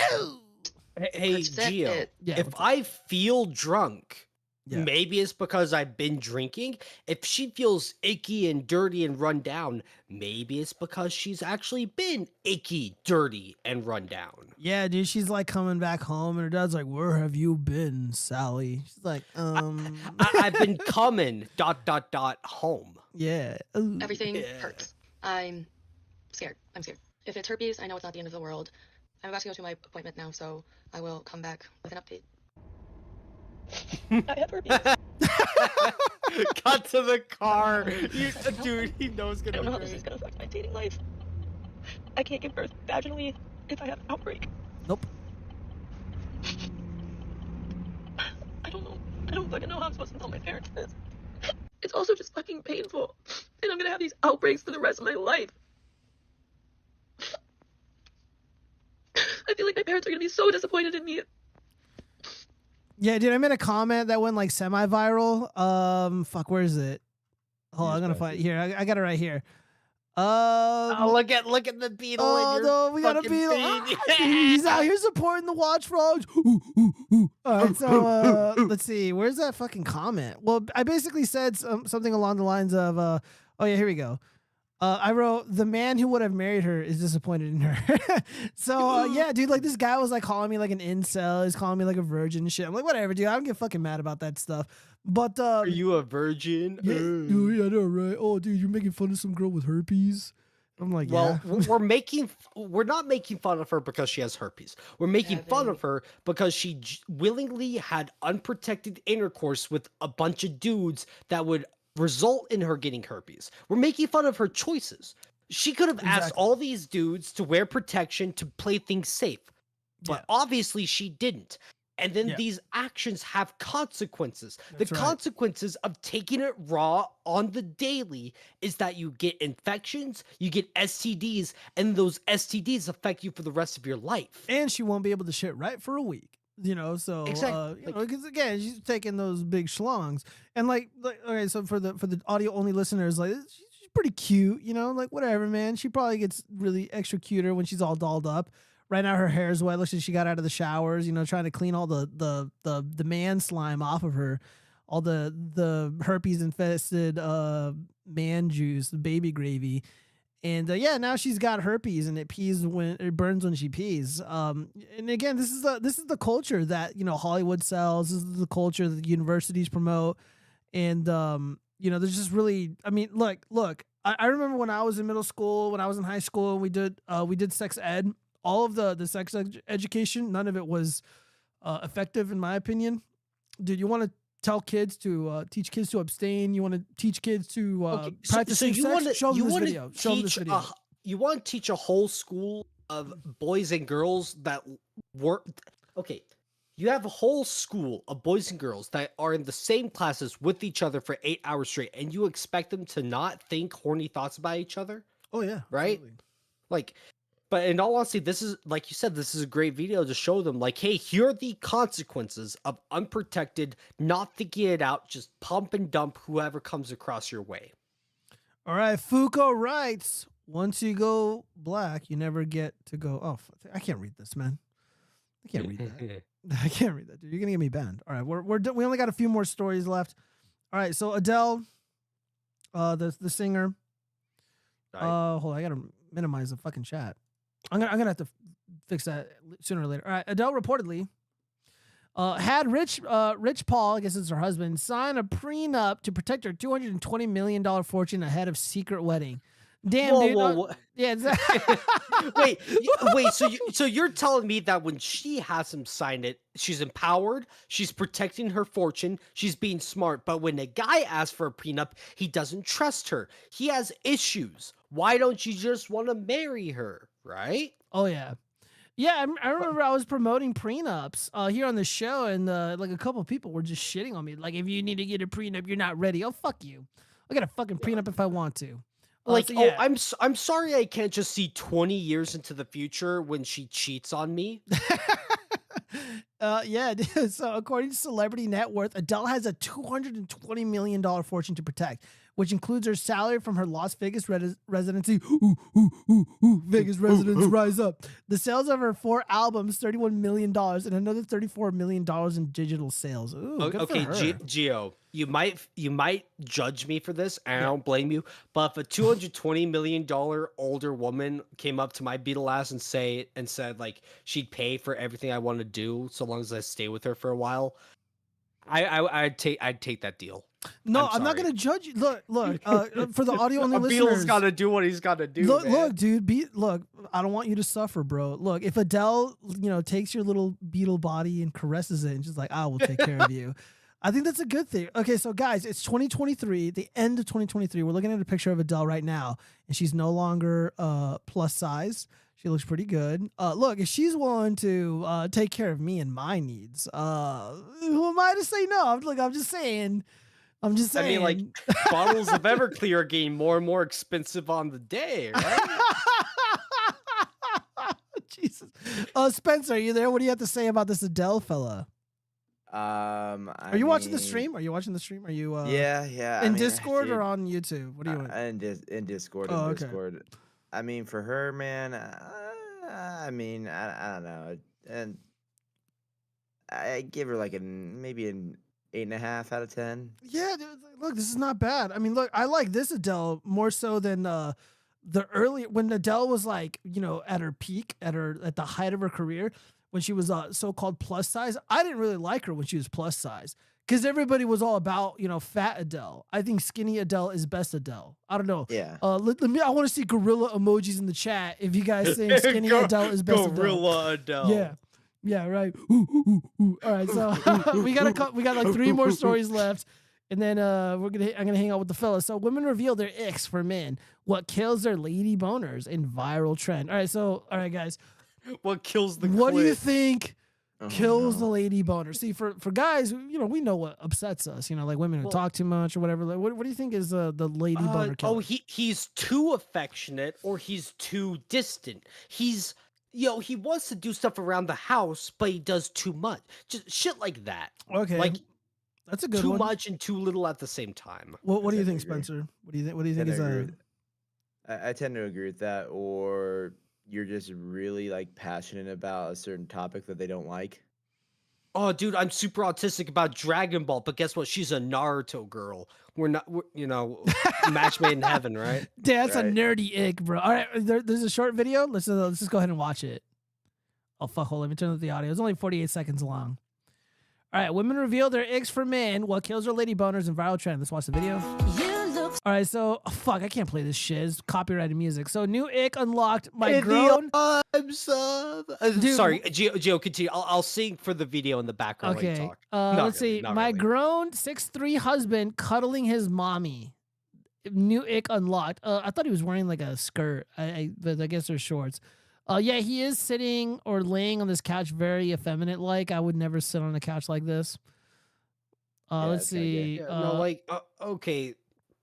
That's not the best look, but is she turned off from his position or the fact that sorry, go ahead. New ick unlocks. He's using his foot to navigate a touchscreen. Dude, he's foot maxing. Come on. Hold on. Can we take a step back on that one? Yeah. They're, I think, business class or first class on one of those like airlines, those like fancy ones, like Emirates or some crap. Yeah, that looks like a lot of space. So he probably has money. So she's putting up with these icks for the money, and we. He's got a relatively conservative haircut. I mean, I'm not seeing too many red flags besides the behavior. All right, so I think in the next clip, new ick That's unlocked. Just funny. Dude, this is a fashion SWAT segment. What the fuck are on his feet? What is this? Ugh. Wearing her socks? What? Those are not socks, dude. This looks like something Ron DeSantis would wear. He's like, yeah, these belong to my wife. Yeah. The fuck? Maybe they are her socks. When you have dinner at 5 but have ballet recital at 6. Yeah, dude, they're like ballet shoes. Look at this. I'll be right back, boys. All right. Yeah, so some of these icks were getting out of hand, but this, yeah, that's Nick. All right. Yeah, Avery. My new ick is dudes named Avery showing up in my feed. Ugh. Yo, I know a girl named Avery. She's kind of cute. Well, yeah, I said guy, not girl. Okay. Come on. All right, fair enough. All right, so dude, I thought there'd be like an exhaustive list, guys. I apologize. This specific article sucks dick. I expected like an exhaustive list of icks, and we didn't get it. But guys wearing those dance recital shoes, I guess that's a good ick. I think using your foot as like a, to navigate touchscreens, I think that's lame as hell. If you think that's an ick, ladies, shut the fuck up. But cuddling your mom, he's in the fetal position, that is definitely like, who, dude, I don't know, man. Chaz, have you ever laid like that on a couch? Just like I have Like- secret video chats. I mean, like that I mean, all the I time. I get laid all the time, guys. God, but no, I've never really. The only time I've laid like that is when I'm sleeping with my dog, and I'm just trying to like chill with my dog in the middle of the night, right? Is Oh. anyone also noticing the gay shorts though? Yeah, they Yes. are pretty fruity. I thought that was Pretty a gay. skirt before I even read the article or before we dove into it. I'm like, oh, it's probably a skirt. Let's see. Let me Skirt read go some of bird. these chats really quick before we move on to the next story. Because we got pretty much one more left. Once you go, I already read that one. For a large percentage of modern women, marriage is like landing a dream job. Then a couple years later, demanding half ownership in the business that hired you. Ooh, Valiant Thor. That's I like that. Dude, I might just have to steal that. It's Steal like it. landing your dream Steal it. job and then Take it. demanding half of the business. Do that. There was like a funny communist meme where it's like some random communist nerd ends up getting a job at a grocery store and then like he puts his hands on the shelf. He's like, "This is my store now." That is basically like what marriage is. It's like, you know, you marry some chick, you bring her home. It's like, "This is our house now, sweetie," and she's like, puts her hand on the fucking dresser. It's like, "This is our house. This is my house now." Yeah, I get it. I can see that. I swear, if I ever let a chick live with me and she grabs my Yamcha figure and says this is our figure, I'm gonna flip my fucking shit. Dude, I'm You about have to no flip my idea. shit right now, dude. I'm out of Merlot. I have no more wine in this house, dude. This is a sad day, but I do have a little bit of water, so I guess it's time to wind down a bit. All right, we got one last story. He It's- said wine down Oh. after he's drinking wine. This is a hoax hate. Hold up, where's my cursor? There we go. This is gonna be a short one, so let me cue the fucking music because we gotta get that spooky music. Yeah. Oh God. All right, so we got a hoax hate, guys. Is it fact or fiction? Police, no evidence. Israel supporter attacked UNC Muslim student with a knife. So the Muslims, stunning and brave Muslims, are claiming that the Jews are viciously attacking them. I don't know about you, but have you guys ever seen Jews viciously attack anybody? I haven't. Police are really, investigating an online claim alleging an individual wearing an Israeli flag attacked a Muslim student Tuesday near the University of North Carolina, Chapel Hill. But so far, there is no evidence of the attack took place. Yeah, so this is like the Muslim Jussie Smollett. The UNC Muslim Students Association claimed on its Instagram page Thursday that a Muslim student was attacked with a knife by an individual wearing an Israeli flag on the evening of October 31 on Franklin Street. Yeah, and then the Israeli was like, "This is my land now," right? The UNC Chapel Hill police spokesperson told the News and Observer, the only evidence they have of the alleged attack is a social media post, and no one reported the incident to the department. Yeah, so they made it up. Was the student attacked on Franklin Street? Neither Chapel Hill police nor the UNC Chapel Hill can confirm this attack happened as described. Yeah, guys, they gotta hug it out.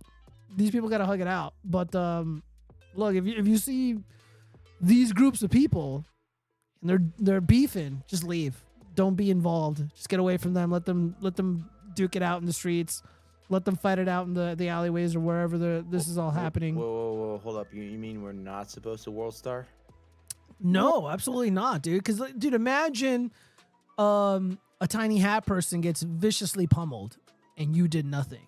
Now you're responsible. So we just gotta step back. We gotta step back and stay away. I don't know. What do you think, Chaz? Is this something you'd get involved in? Would you stay away? No, it's like even regardless of like, oh, if I'm a small hat or like whatever. It's like it's just someone that I know. If it's someone that I know, sure, I'll hop in and get involved. But if it's someone I don't know, if it's just two random strangers, even if they were any other race or ethnicity, it doesn't matter to me. Right. I have other shit to worry about.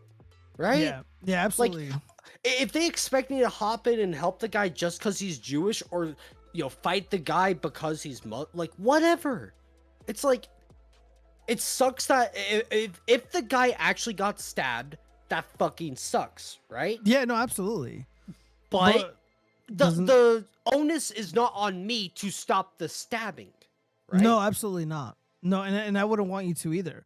Not to mention that you're putting yourself up to like legal liability if you do. Okay, like, so I don't know if you know this, my Bruda. Like, sorry, what's your name again? That's Spencer. Spencer, I'm fucking autistic, and when I'm in the zone, my autismo retard strength comes out. The last thing I need to do is like pick up the guy and fucking just start slamming him against the walls and make him retarded, and then I get sued for it, right? That's the last thing I need. Yeah. Look, but I will say this though. I will say this. After giving it a lot of thought, I saw a video of Palestinian protesters celebrating and cheering on violence, and they called some of the victims / hostages hipsters. And I'm like, you know what? I think I'm gonna have to pick a side. I'm gonna have to go with the Israelis because they're not cheering on the death of hipsters. I myself, being a hipster, I can't endorse this. And now they're accusing us of wielding knives and attacking the pro-Palestine side. I'm sorry, guys, but first off, they're lying. And this is blood libel against Israeli people, and which is a new thing. And no more of this. Let's see, Abad Ayub. Oh, dude, he shares the last name of somebody I respect in the firearm community, Masad Ayub. It's an odd name, but Masad Ayub. Yeah, change your fucking name. You didn't earn that name. The hate doesn't stop. A Muslim student in NC was attacked with a knife by an individual with an Israeli flag. Yeah, that didn't happen. Yeah, let's see. Okay, wait. So the person attacking, hypothetically, right? Yes. Has an Israeli flag. That doesn't. Yes. Okay, we scroll back up to the very top of the article. Yeah. What they say? No Israeli evidence. Supporter. Okay, so at the very least, they just said supporter. So it's not inherently the guy is Israeli, right? True, correct.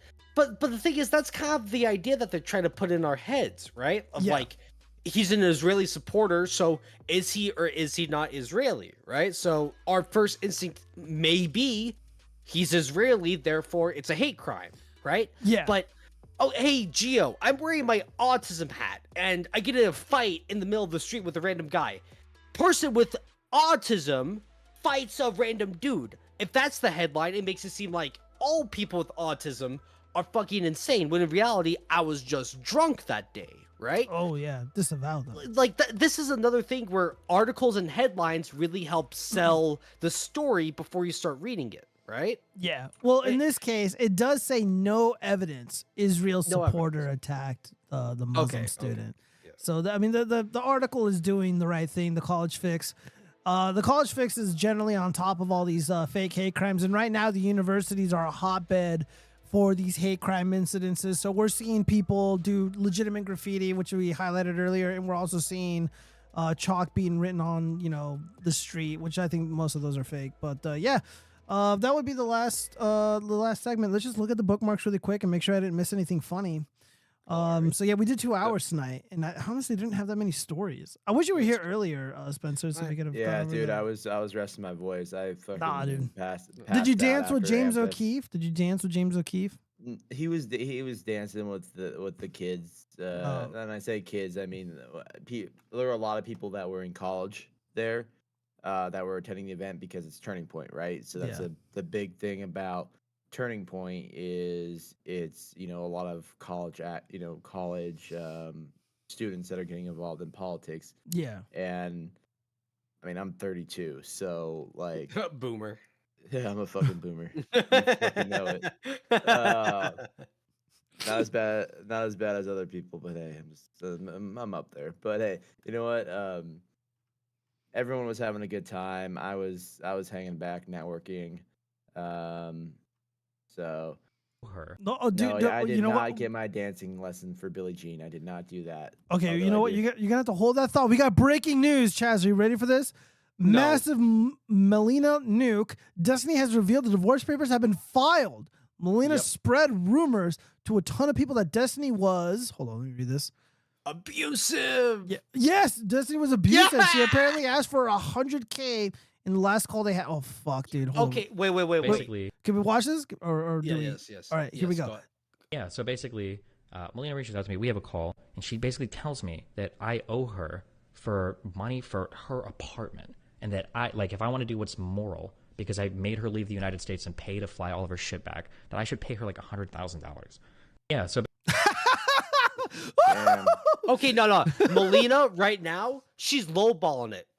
Like, what she should, like, this is Destiny, right? Yeah, millionaire she Destiny. When they go to the divorce lawyer, she should tell him he's abusive, he's manipulative, he's this, and this, and then take him from all it's worth so we can make Destiny an example of why polyamory is a fucking stupid thing.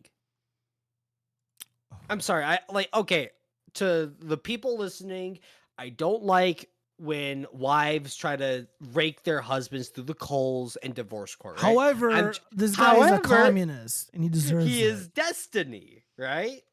Like, Yeah. okay, the leftists love to say, but here's an exception to the rule, right? Well, why can't we make him the exception to the rule and say he deserves to have all his money taken away? Look, by his if I was, does he if I identify was, as a female? if I was Destiny's friend, Ah. if I was Destiny's friend and he listened to me, he respected me enough to listen, I would say this, dude.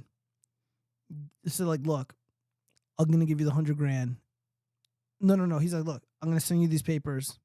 You're gonna sign them for me. We're gonna get a clean divorce, and I'm gonna send you $100,000, and then we're gonna part ways, and that is it, dude. You gotta pay to get rid of her, because I believe he's in California. I could be wrong, but I'm almost certain he's in California. And he lives in one of those stupid states where it's like it's 50-50 no matter what. I live in a state where it's 50-50 no matter what, unless you got like a prenup. And in some states, like prenups don't even like count. You know, so and he didn't get a prenup. He did not get a prenup. I got that confirmed. He didn't get a prenup. Yeah, dude, pay her the $100,000. You're a millionaire, dude. You're a fucking millionaire. Pay her the $100,000. Pay her to go away. That would be my advice. It sucks. But hey, man, this is the life you wanted to live. You said it was cool. He chose to wife her up. He chose to let her dance with Abba and preach and whatever. Yeah, so. he chose to let her bang all these men, and then she slithers on back, leaving a trail of male zinc. And then she slithers in the bed and gives him kisses and hugs, and it's like, oh yeah, dude, I'm all yours again. No, dude, I'm sorry. You remember he's like, oh yeah, you know what? I let my wife fuck all these dudes, but you know what? I'm a cool guy. You know, whatever, man. I didn't know he was that much of a cuck. No, dude, he's a legit cuckold. He's a legit cuck. Okay, Spencer, he has gone on other people's podcasts proclaiming how great it is to be in a polyamorous relationship. Correct. And then what happens? It fails. Well, no kidding, because the girl's gonna move on to someone else. Exactly. And it's exactly what she did. Yeah, and it was like some guy who's skinnier and shorter than he is. It's so fucking that funny. is the main issue with polyamorous relationships, is that the moment you let it be a thing, it's over. Either you let her sleep with whatever guy she finds attractive, she finds a guy she perceives to be better than you, and she leaves you, or you do it for a bit, then you tell her we should fucking stop, and then she says you're controlling, you're manipulative, you don't want her to be happy. Yeah. Okay, but if you try to say we should stop it, what happens? Well, guess what? She then put it on you as if you're the bad guy, right? Like that's the big issue. When you let degeneracy like this happen, it's only going to breed more degeneracy. It's like fucking cancer. The second one cell becomes a cancerous cell, it will spread until it either kills you or you remove it. And what happened with Destiny? He let the cancer fester. He let it spread to the point where it killed the relationship. It's his fault. Oh, absolutely. And I mean, 100%. it's more than just like that. It's just like, dude, you're batting out of your league. This chick is way out of your league. She obviously is only with you because she wants citizenship. And dude, I'm willing to bet. I got a story of that once we're done here. Okay, I'll finish up quick. I'll just say this. I'm willing to wager fat cash the polyamorous relationship was not even his idea. It was hers. Because he's like a goofy, doofus, guy. He's just a freak. And she's got options, but she wants citizenship, but she knows that Destiny is a simp, and he'll give her everything that she wants. She preyed on a guy who she could manipulate, and then the second she got what she wanted from the relationship, she dips. Yeah, so Spencer, you had some thoughts. What were you gonna say, Spencer? So I knew some guy I went to high school with. I won't name drop him. He's been through enough in terms of that. You can make a fake name like Mike or something. Sure, we'll go with that. Anyways, this dude, he starts having an online relationship with this girl in Australia. Yeah. What ends up happening is this girl moves to the States. They get married pretty quick right away, right? And like whatever the minimum is for California. I can't remember what the minimum is for that, where the citizens or I think it might be federal for when the citizenship stays. But like right at that point, she just fucking dumps him, and I guess goes back to the lover that was back in Australia and brings that person over for citizenship. Fuck, bro, yeah, that is ruthless. Yeah, you got like That is really fucked on. ruthless, dude. These hoes ain't loyal, man. It's one of the greatest songs from Chris Brown, man. Dude, I gotta do like, you know what would be like a fun bit, like talk about like do a segment, be like the top cinemas 304s, or like best songs about 304s, like warning about them. I think that'd be pretty cool. Or like the most hilarious songs promoting 304 culture. Dude, I think that'd be a lot of fun. What do you think, Chaz? You think that'd be a good video idea? I mean, I have one song that I really love talking about a dude's emotions about him being lonely and alone and stuff. So I'm sure I could contribute to that kind of topic. Yeah. I mean, that'd be good. Like, dude, You Give Love a Bad Name. That's a fucking classic. And what's it about? A 304 who paints her smile on her lips with blood red nails on her fingertips, right? Like, yeah. I actually have a public playlist because I did want to do a segment here. Let me go and look for it. I don't have a weird schoolboy's shit. dream. You act so shy. Yeah. Your very first kiss was your first kiss. Goodbye. Yeah. So we got a good dude. We got a roster of music right here, Chaz. Like this would be a fun collab. Just like review, like we can do multiple songs, like top 304s, like greatest hits or whatever. Like Bill Withers, Who Is He and What Is He to You? Great song. Chris Brown, These Hoes Ain't Loyal. War. So this is actually kind of a sad song. Dirty Diana, very good song about a 304. Jermaine Stewart, We Don't Have to Take Our Clothes Off. You got some Alice Cooper. You got some Alice Cooper in there. I can respect it. Once you start getting into the rock and roll metal, Poison. Yeah, dude, this is about a 304. Yeah, it's a good. This is some good shit. Don't Lie to Me, Dawkins. Yeah, you know what I mean. I haven't actually heard these songs. So. What? Oh, dude, this is a public. I'll send you a link to this playlist. Actually, dude, do it. Yeah, but dude, if I would be more than happy to listen to this playlist and then talk about it with you. The only problem is, obviously, we couldn't actually play these songs if we do it on YouTube. We can read the lyrics. We can do a sing along. We'll get the war band, dude. Easy. we read the lyrics and analyze it. Yeah, absolutely. So, okay, hold up. You guys wanted to see after party shenanigans? Maybe not right now because we're done with the politics, man. I told you to come on earlier. I don't give a fuck if you're sleeping. Dude, I was fucking dying. All right, dude, you're like me when I was like, oh, I'm gonna rest my eyes, you guys, and I'm like snoring on the mic. Dude, there's nothing better than a 30-minute nap at like 3 o'clock that turns into you waking up at 8 p.m. Well, dude, yesterday, because like I'm rebuilding my garage. I'm like totally redoing it. And it's super clean now, walls painted, holes patched up, the whole 9 yards, right? So I have like a bunch of junk, and I'm selling all this musical equipment, and I'm like, dirt cheap, like $5 here, $10 there. And this guy's an elderly guy. He's actually like a studio radio guy, and I was selling these music sheet holders. And he's like, hey man, I want to buy this, and I'm like, all right. He's like, I'm ready to come over. I was like, yeah, I barely got off work at 6. He's like, I'll be there at 6:30. So I give him my address. I go home. I'm like laying down on my love sack, and I'm just like, I'm gonna rest my eyes for a second. I wake up like an hour later, and he sends me like 5 messages, like, "Oh, I'm here. I'm waiting." Like I waited for like 30 minutes. I'm like, "Fuck, man!" I'm like, "It's fucking cold," and I fucked up. So I spent like 10 messages. I'm like, "Dude, I'm so fucking sorry. Listen, I just got off work. I worked fucking 10 hours, man. I was on my feet. I'm really, really fucking sorry."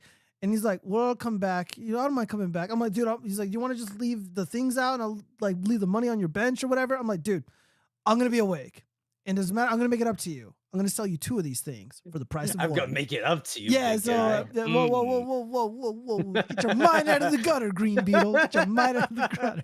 Yeah. So no, I sold him 2 of these things, and that would be the honorable thing to do because I wasted his time and I felt so fucking bad. But yeah, man, like it was like a 30-40 minute nap, and it felt pretty good. But like, bro, like I'm hanging out with Spencer, like, we're playing Battle Bits or whatever. And then when we're done playing, I'm just like, we're all like talking. I'm like, oh, I'm just going to lay down. I'm going to just like, rest my eyes. And I start snoring. It's so embarrassing. I had to like disconnect it Sleep from cell. the Discord. Sleep maxing. Sleep maxing. All right, so we got a hearts. Thank you for the hearts, zombie. Mike Floyd. I've been watching wrestling again. Is wrestling good? Dude, I watched UFC this Saturday, and the previous fights were Did you go good. to it? And no, I didn't go to it. I didn't get to see Trump. I didn't get to hang out with Kid Rock. I was really upset. My buddy Brick Suit was there. Oh, was it really, dude? Laura Loomer Yeah. was here. Obviously Bricksuit was here. There was Yeah. a lot of big people here. My buddy, I don't want to say his name, but he works the event. He actually, I don't want to say what he does, but he works the event, and he was really, really fucking close to Trump, and I was super jealous. I was at a house party, and we were watching the fight, and the initial fights were pretty good. They were pretty entertaining. I was pretty awake. I was eating lots of pizza, drinking some fucking beers, and I only had like 2 or 3. But like the Colby Covington fight was so fucking boring, and I was just so hyped about it. I was like, yeah, dude, he's gonna fucking rip that kid's fucking head off. It's gonna be fucking awesome. But dude, the fight was boring as shit, and I like took like 3 power naps throughout the whole fucking thing, and it sucked, man. God damn it. And then of course he fucking lost. So sad. I will say, man, Brick Suit is dedicated. I like Bricksuit. He seems like a good man. And I'm friends with the man. He's awesome. Like he like messaged me because he knows I live out in Arizona. He's like, hey, you going to Turning Point? And I'm like, yeah, you know, we're talking about, you know, a meeting up at the event. And he's like, oh yeah, I'm gonna make a run up to UFC. And this is all public. You can see his video. He already posted it, so I'm not sharing anything private. Yeah, man. Well, you know, hopefully maybe next week we can probably get into it. You know, talk about some of the stuff that you went over at AmFest. And hopefully next year, I would love to go to AmFest because, like, look, I want to like be at the hotel parties with those cutie conservative hoochies because I hear they got all the drinks. Downtown, then. Yeah. I'm kidding, dude. I'm telling you, man. I mean, look, dude, I'll invite the green skins. You know, the party's gonna be real green. Well, when we show up.